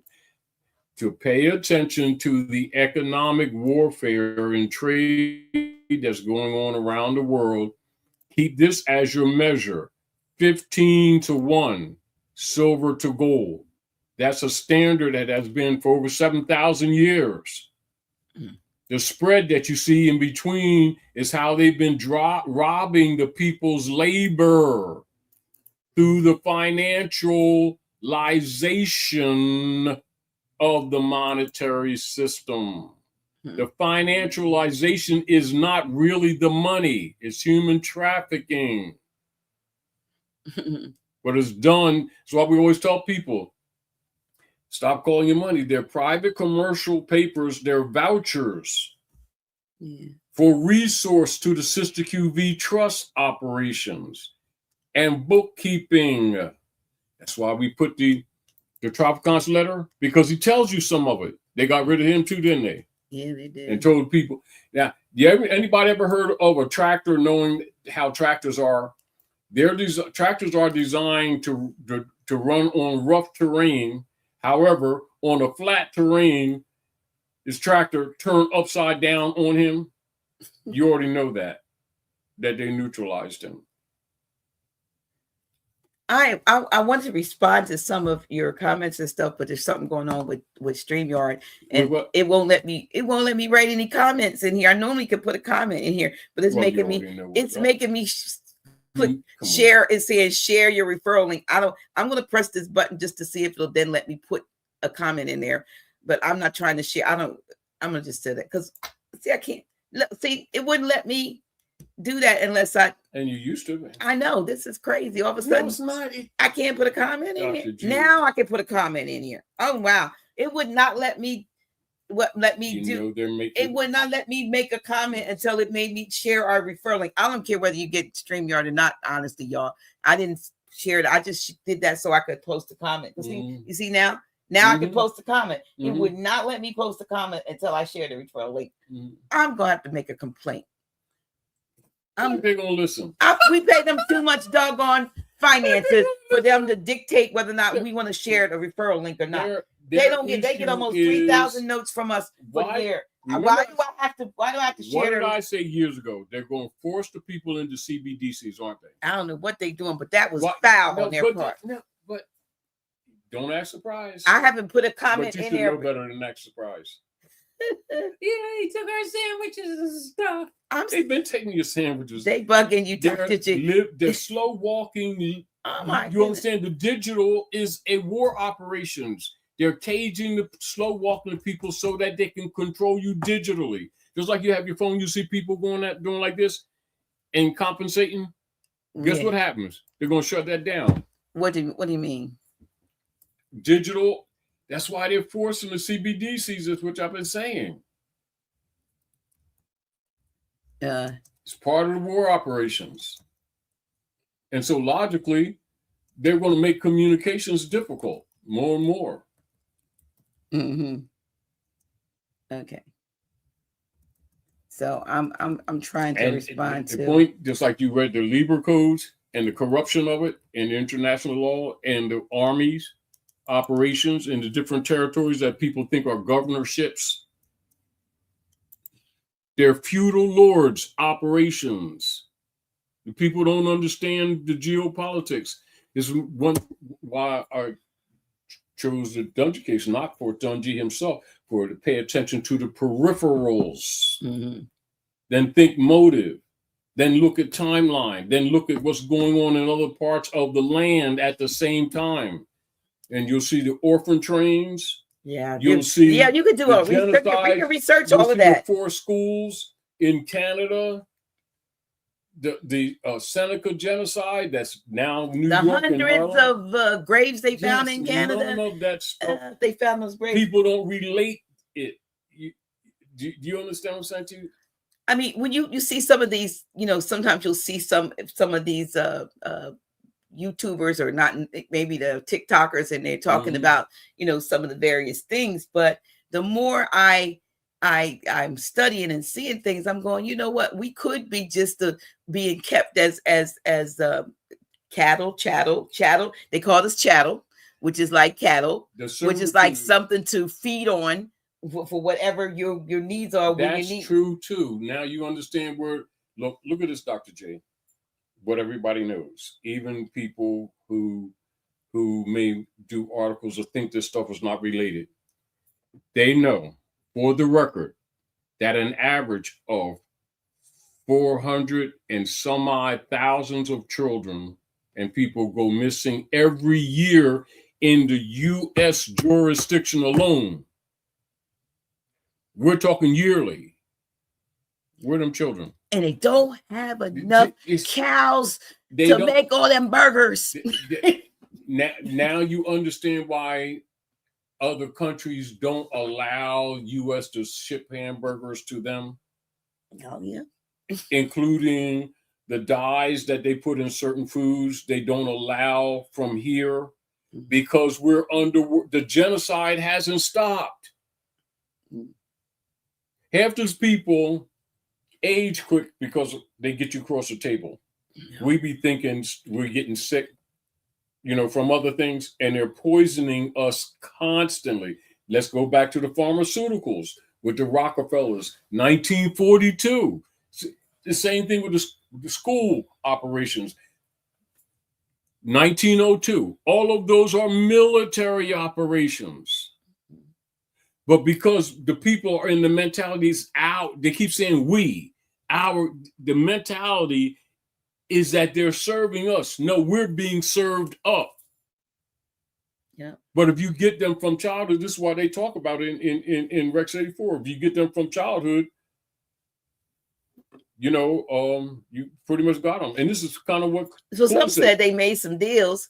I'm not going to talk about some of them presidents made some deals. What did Calvin Coolidge say to Drawley? I don't know what he said. He says, long as I have my schools and churches open, you won't get 500 to follow you. That's in the record. Is that what Coolidge said? Yes, to Drawley.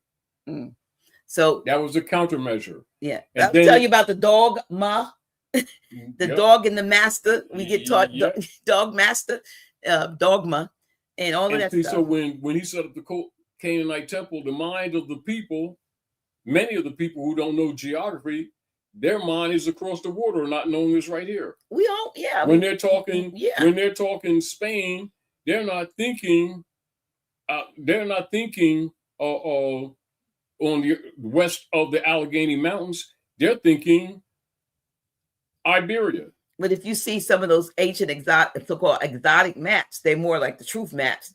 You see all those countries on overlaying. Most of them didn't even exist. The countries, or those areas, those names.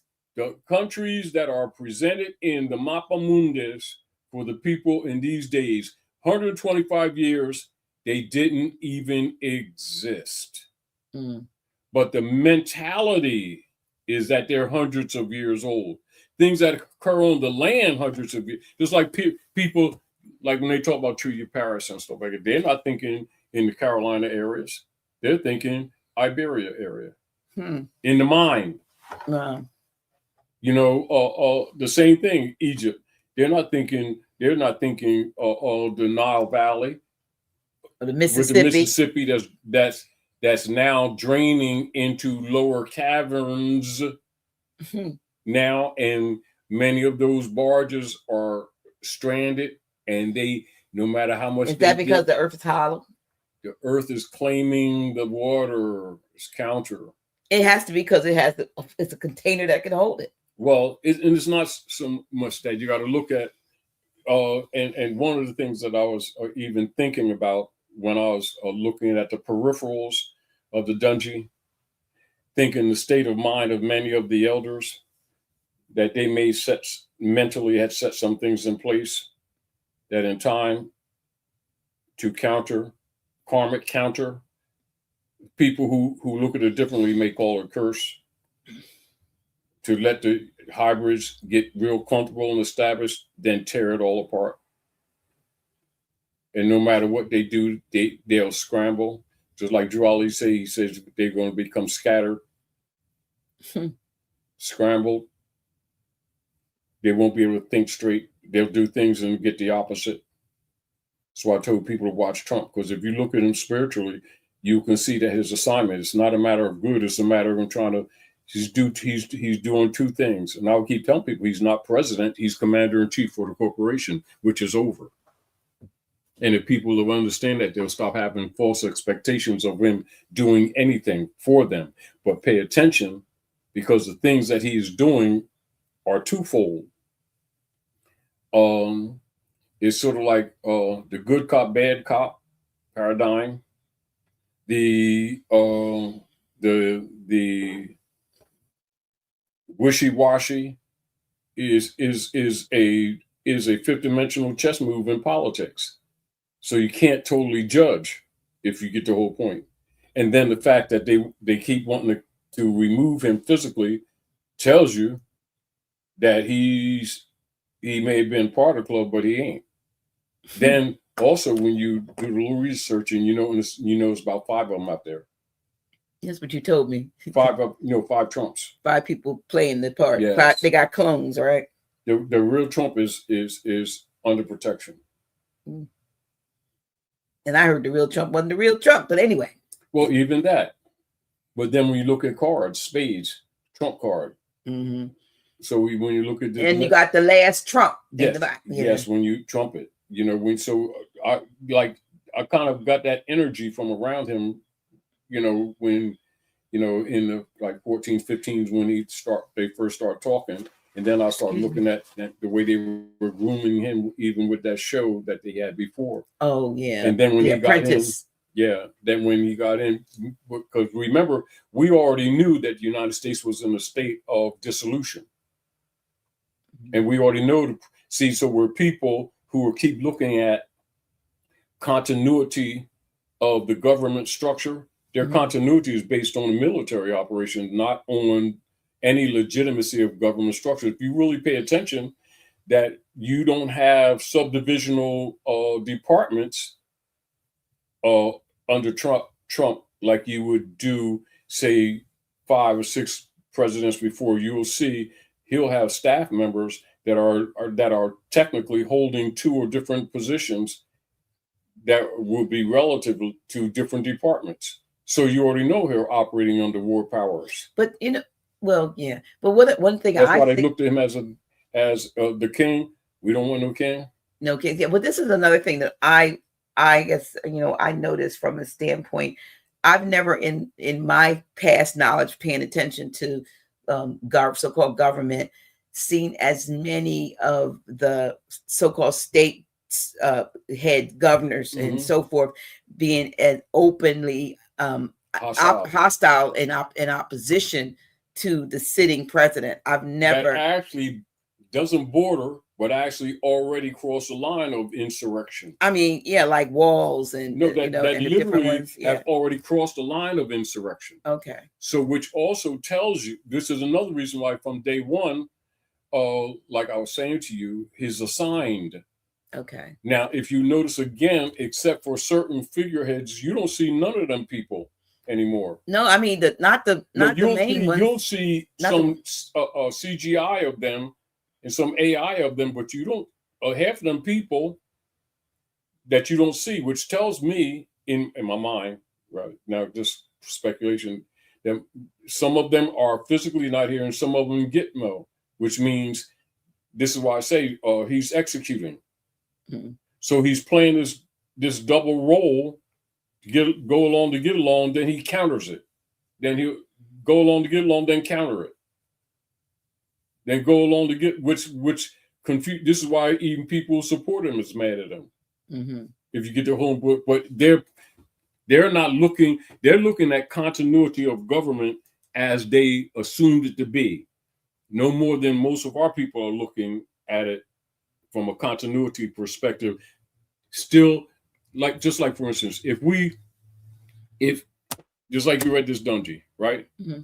And this is old classes we've had here at the House of Reawakening Minds. I put motu proprio in front of you, and you read it, and that'll bring you up to snuff what's going on. And yet, 90% of the people don't know motu proprio.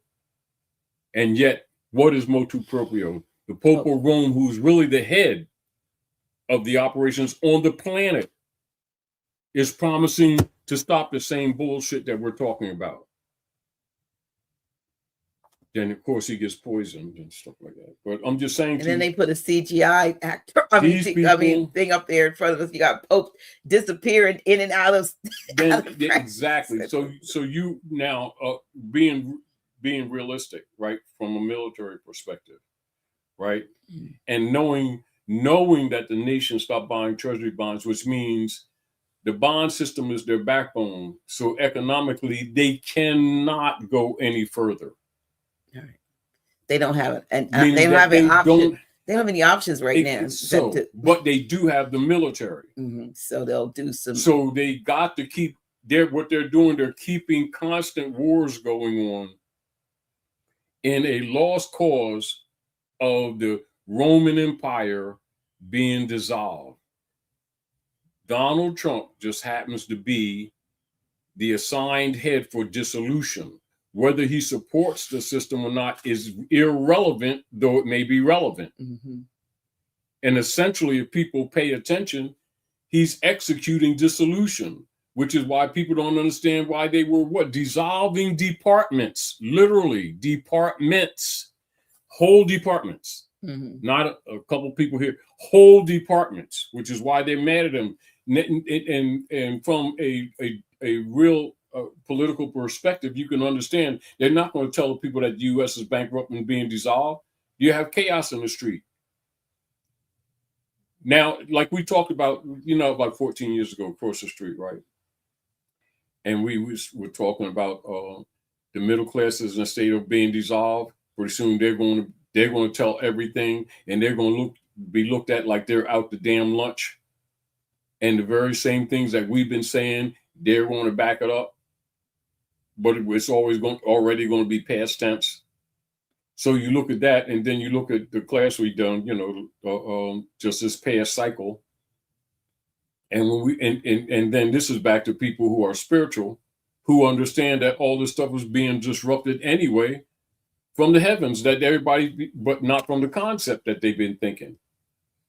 So we already understand Uranus and Saturn, the Reaper, is crashing all these institutions. Didn't matter what they did or not do.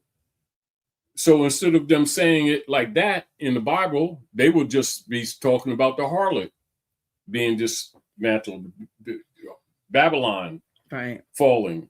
But Babylon is actually the operations of the Babylonian slave system. Money, slave Babylonian money magic. Debt slavery. And the Babylonian That's what is money magic. This is why we're all uncomfortable, because what? Nothing that we try to stabilize, whether it's relationships, whether it's business, are stable on all levels.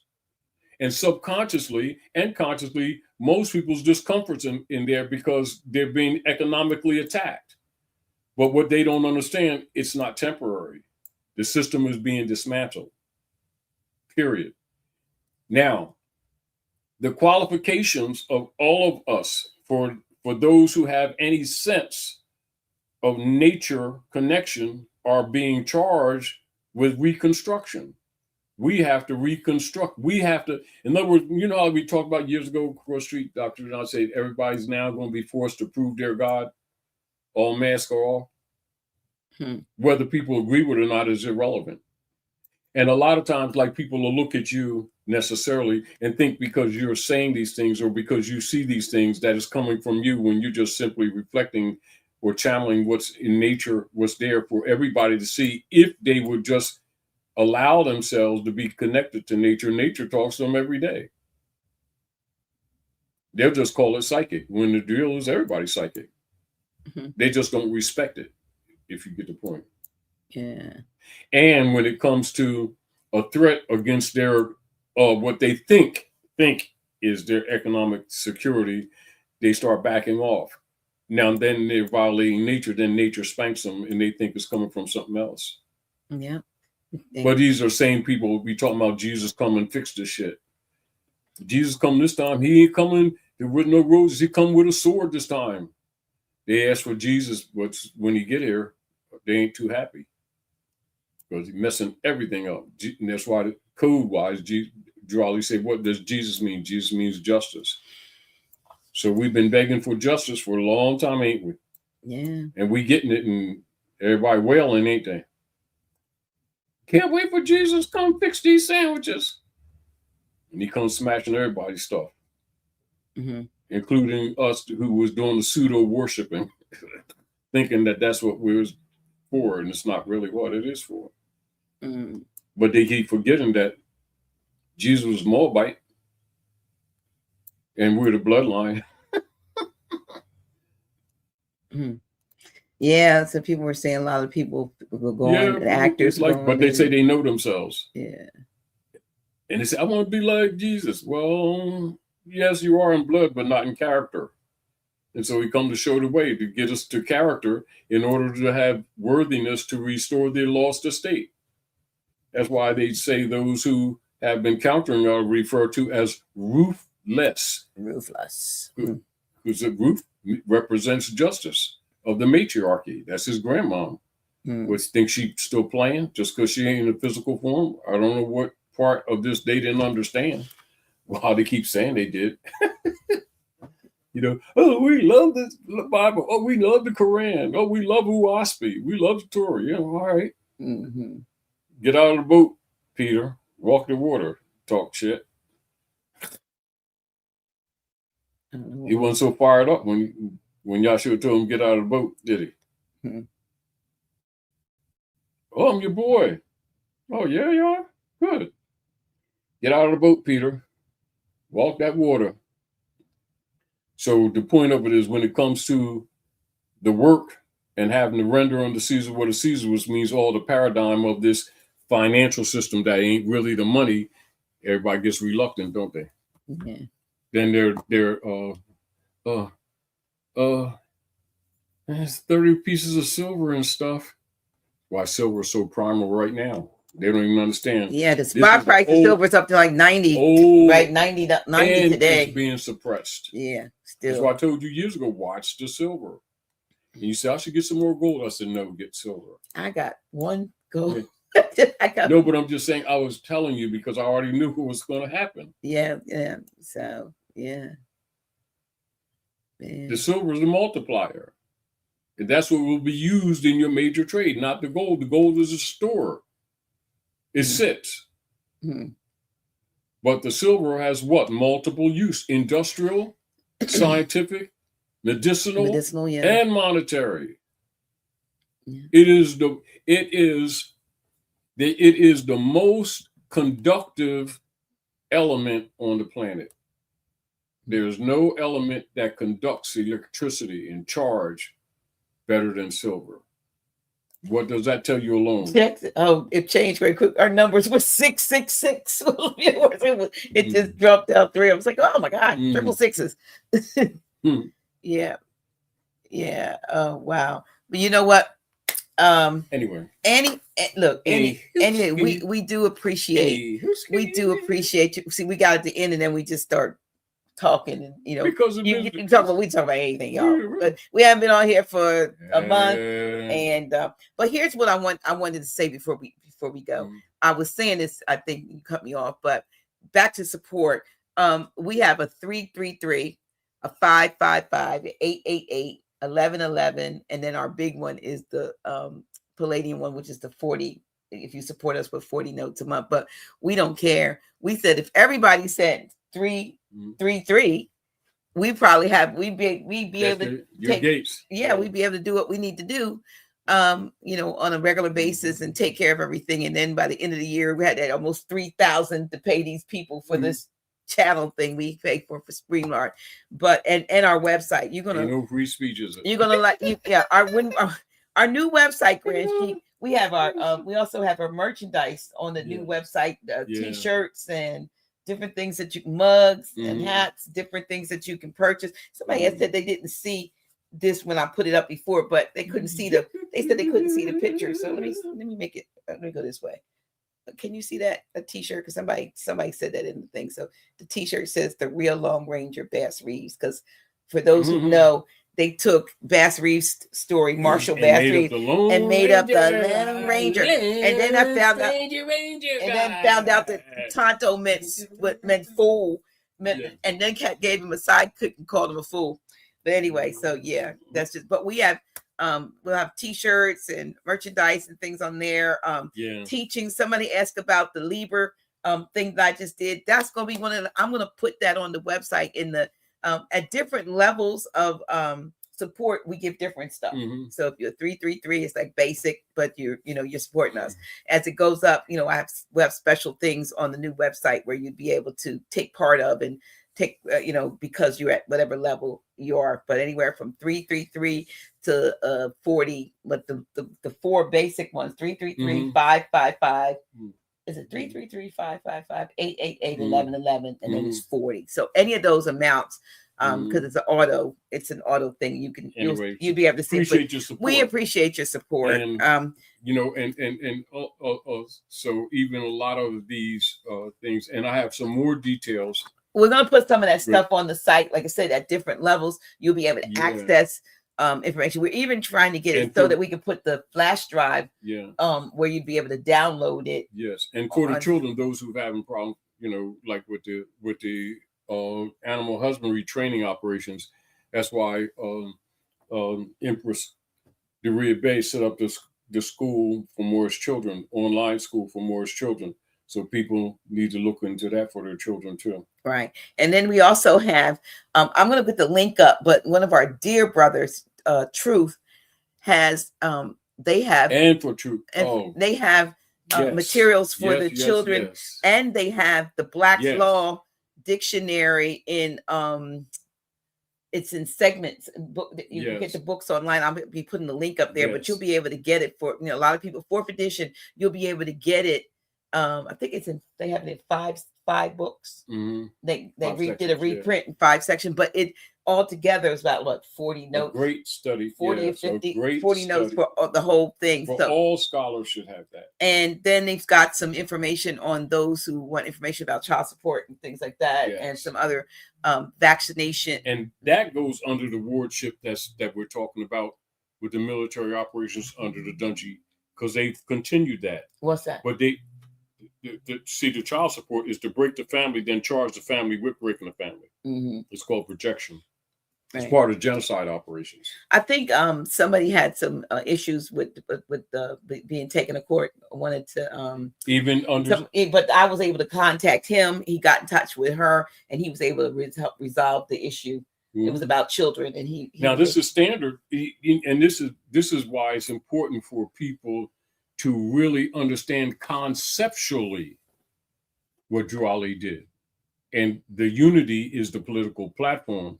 But again, you already know what the sellout is, which is why the concepts that we're discussing, we're doing on this platform, but it's supposed to be done there. Right. You know, then, but when you study the history, then it becomes obvious without somebody saying it, if you get the point. But if people don't have a background into history and the timeline, you know, like Drew Ali was born 1886, January the 8th, 1886, right? So. And then, you know, he's with part of my family's too is Ana Yanwia.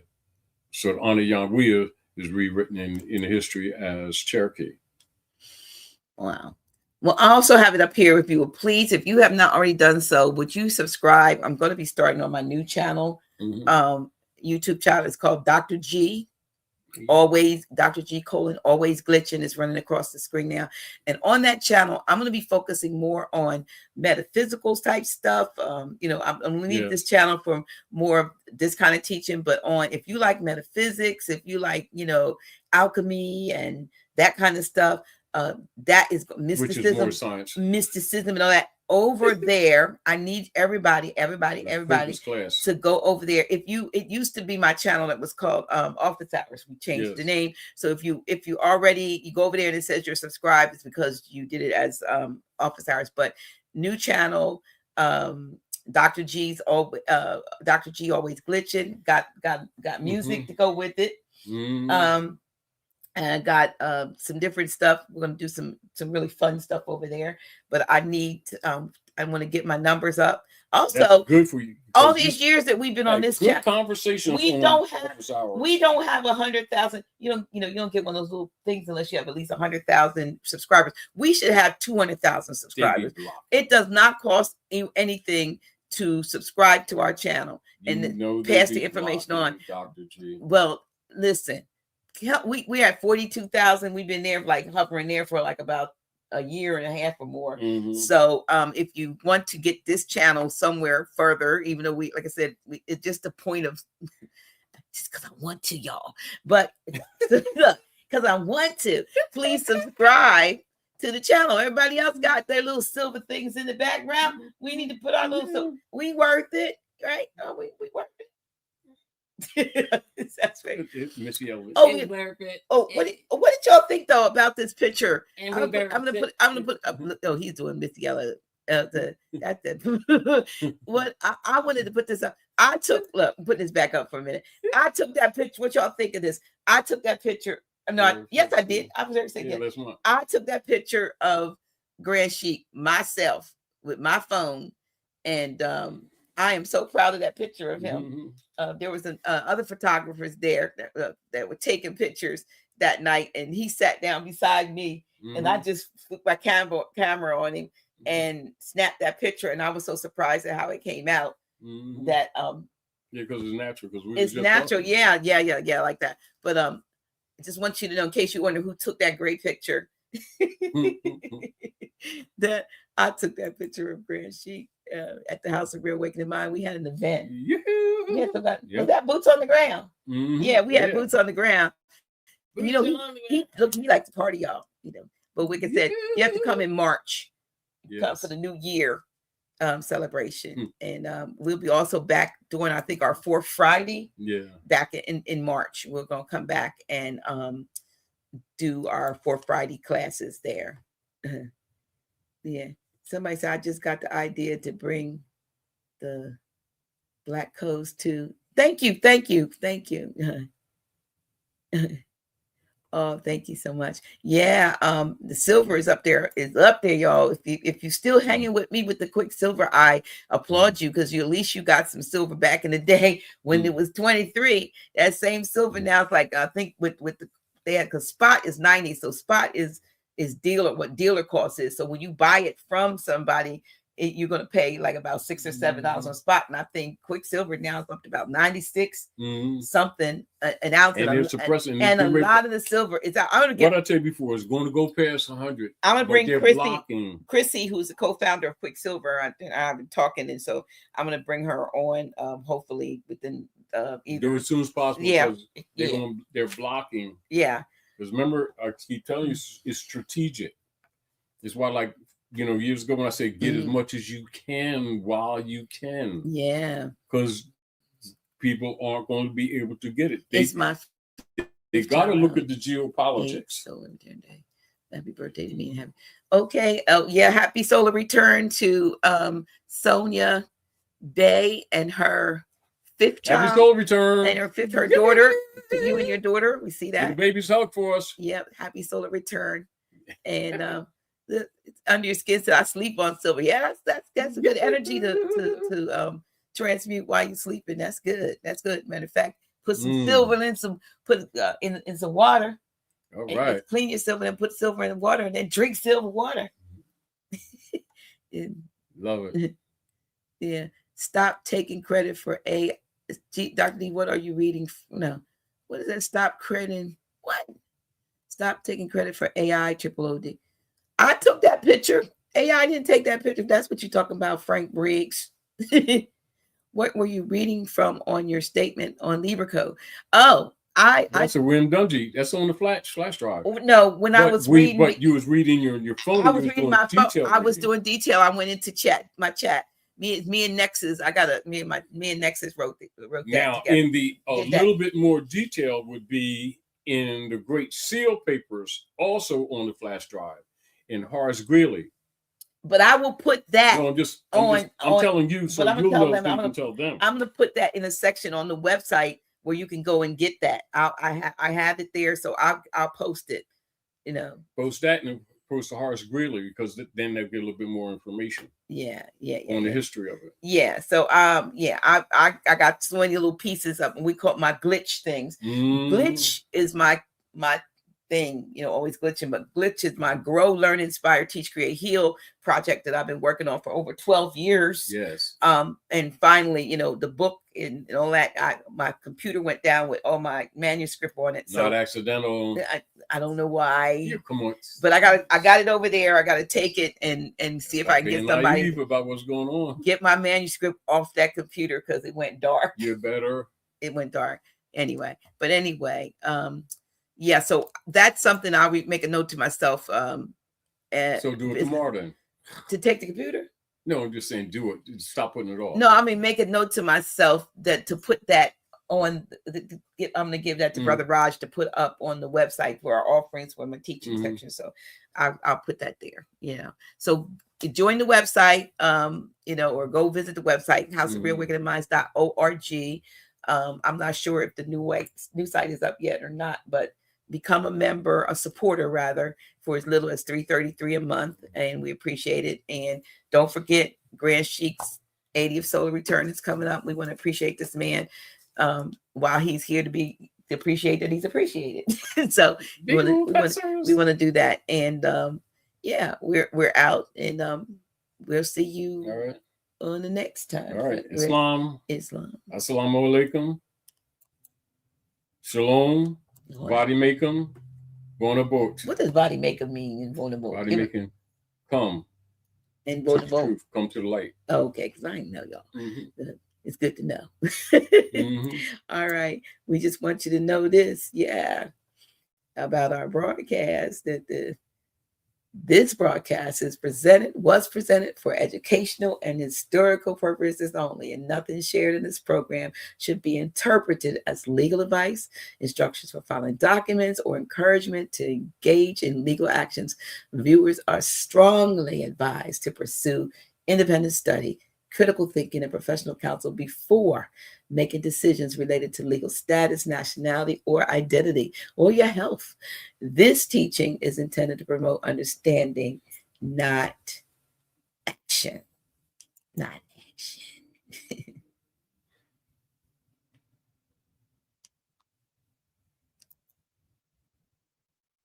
And that's because we know the truth is under attack. Until next time.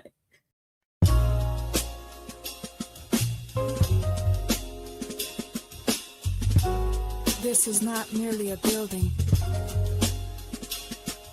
It's a sanctuary of remembrance, a threshold where the veil parts, and minds once lulled to sleep begin to rise. This is the house of reawakening minds. I entered in silence, intellect and despair, seeking refuge from illusions thick in the air. Walls lined with scrolls, lectures dense with light, where knowledge resurrects what was hidden from sight. No pulpit performance, no charismatic show, just a word in its purity, allowing the soul to grow. History unpacked with surgical precision, exposing falsehood, restoring vision. They taught me jurisdiction, the power of a name, how to stand in one's truth, free from legal games, from colonial codes to Moorish descent. I learned that ignorance is the true imprisonment. Not just a church, this is consciousness refined. I found myself inside the house of. This is sacred ground, not just wood and stone. A haven for the seekers who once felt alone. Here the veil is lifted, the contract unwinds. In the house of reawakening minds. Truth is the altar, wisdom is the flame. Every soul remembered, every bloodline reclaimed. Time collapses and the spirit aligns. Inside the house of reawakening We minds. speak of capitives, diminution, and trust law with grace. Pulling veils from the statues that distort the race. Reverend Doctor don't preach, she teaches through metaphysical keys and universal speeches. From Egypt to Amexim, maps are redrawn, and the minds of the lost are profoundly reborn. They decode etymology, undo the brands, expose how black was a corporate sleight of hand. This is reclamation through language and tone, when status is corrected and sovereigns are grown. From natural law to the astrological signs, the cosmos converge in these sacred confines. This ain't dogma, it's the science of the divine. Every lecture a seed in the garden of the You mind. said know thyself but gave no guide, until I found the house where illusions died. Here the soul remembers, the contract is clear. We are the heirs and the ancestors cheer. This is sacred ground, not just wood and stone. A haven for the seekers who once felt alone. Here the veil is lifted, the contract unwinds. In the house of reawakening minds. Truth is the altar, wisdom is the flame. Every soul remembered, every bloodline reclaimed. Time collapses and the spirit aligns. Inside the house of reawakening. They don't ask you to believe, only to remember. You are not lost, you've simply been rendered. Redacted by systems, misclassified by law. But the house restores what the paper man saw. It's not just theology, it's the restitching of fate. The alignment of cosmos with your birthright state. Genealogy meets metaphysics, past meets now. The veil is a lie and this house shows how. They speak a treaty, jurisdiction and name. That being black was never a rightful claim. They restore divine memory through patience and fire. Raising minds from bondage in the conscious empire. No choir needed when the frequency's high. It's the house where illusions die. House of reawakening minds, where scholars become sages and the forgotten reclaim the eternal.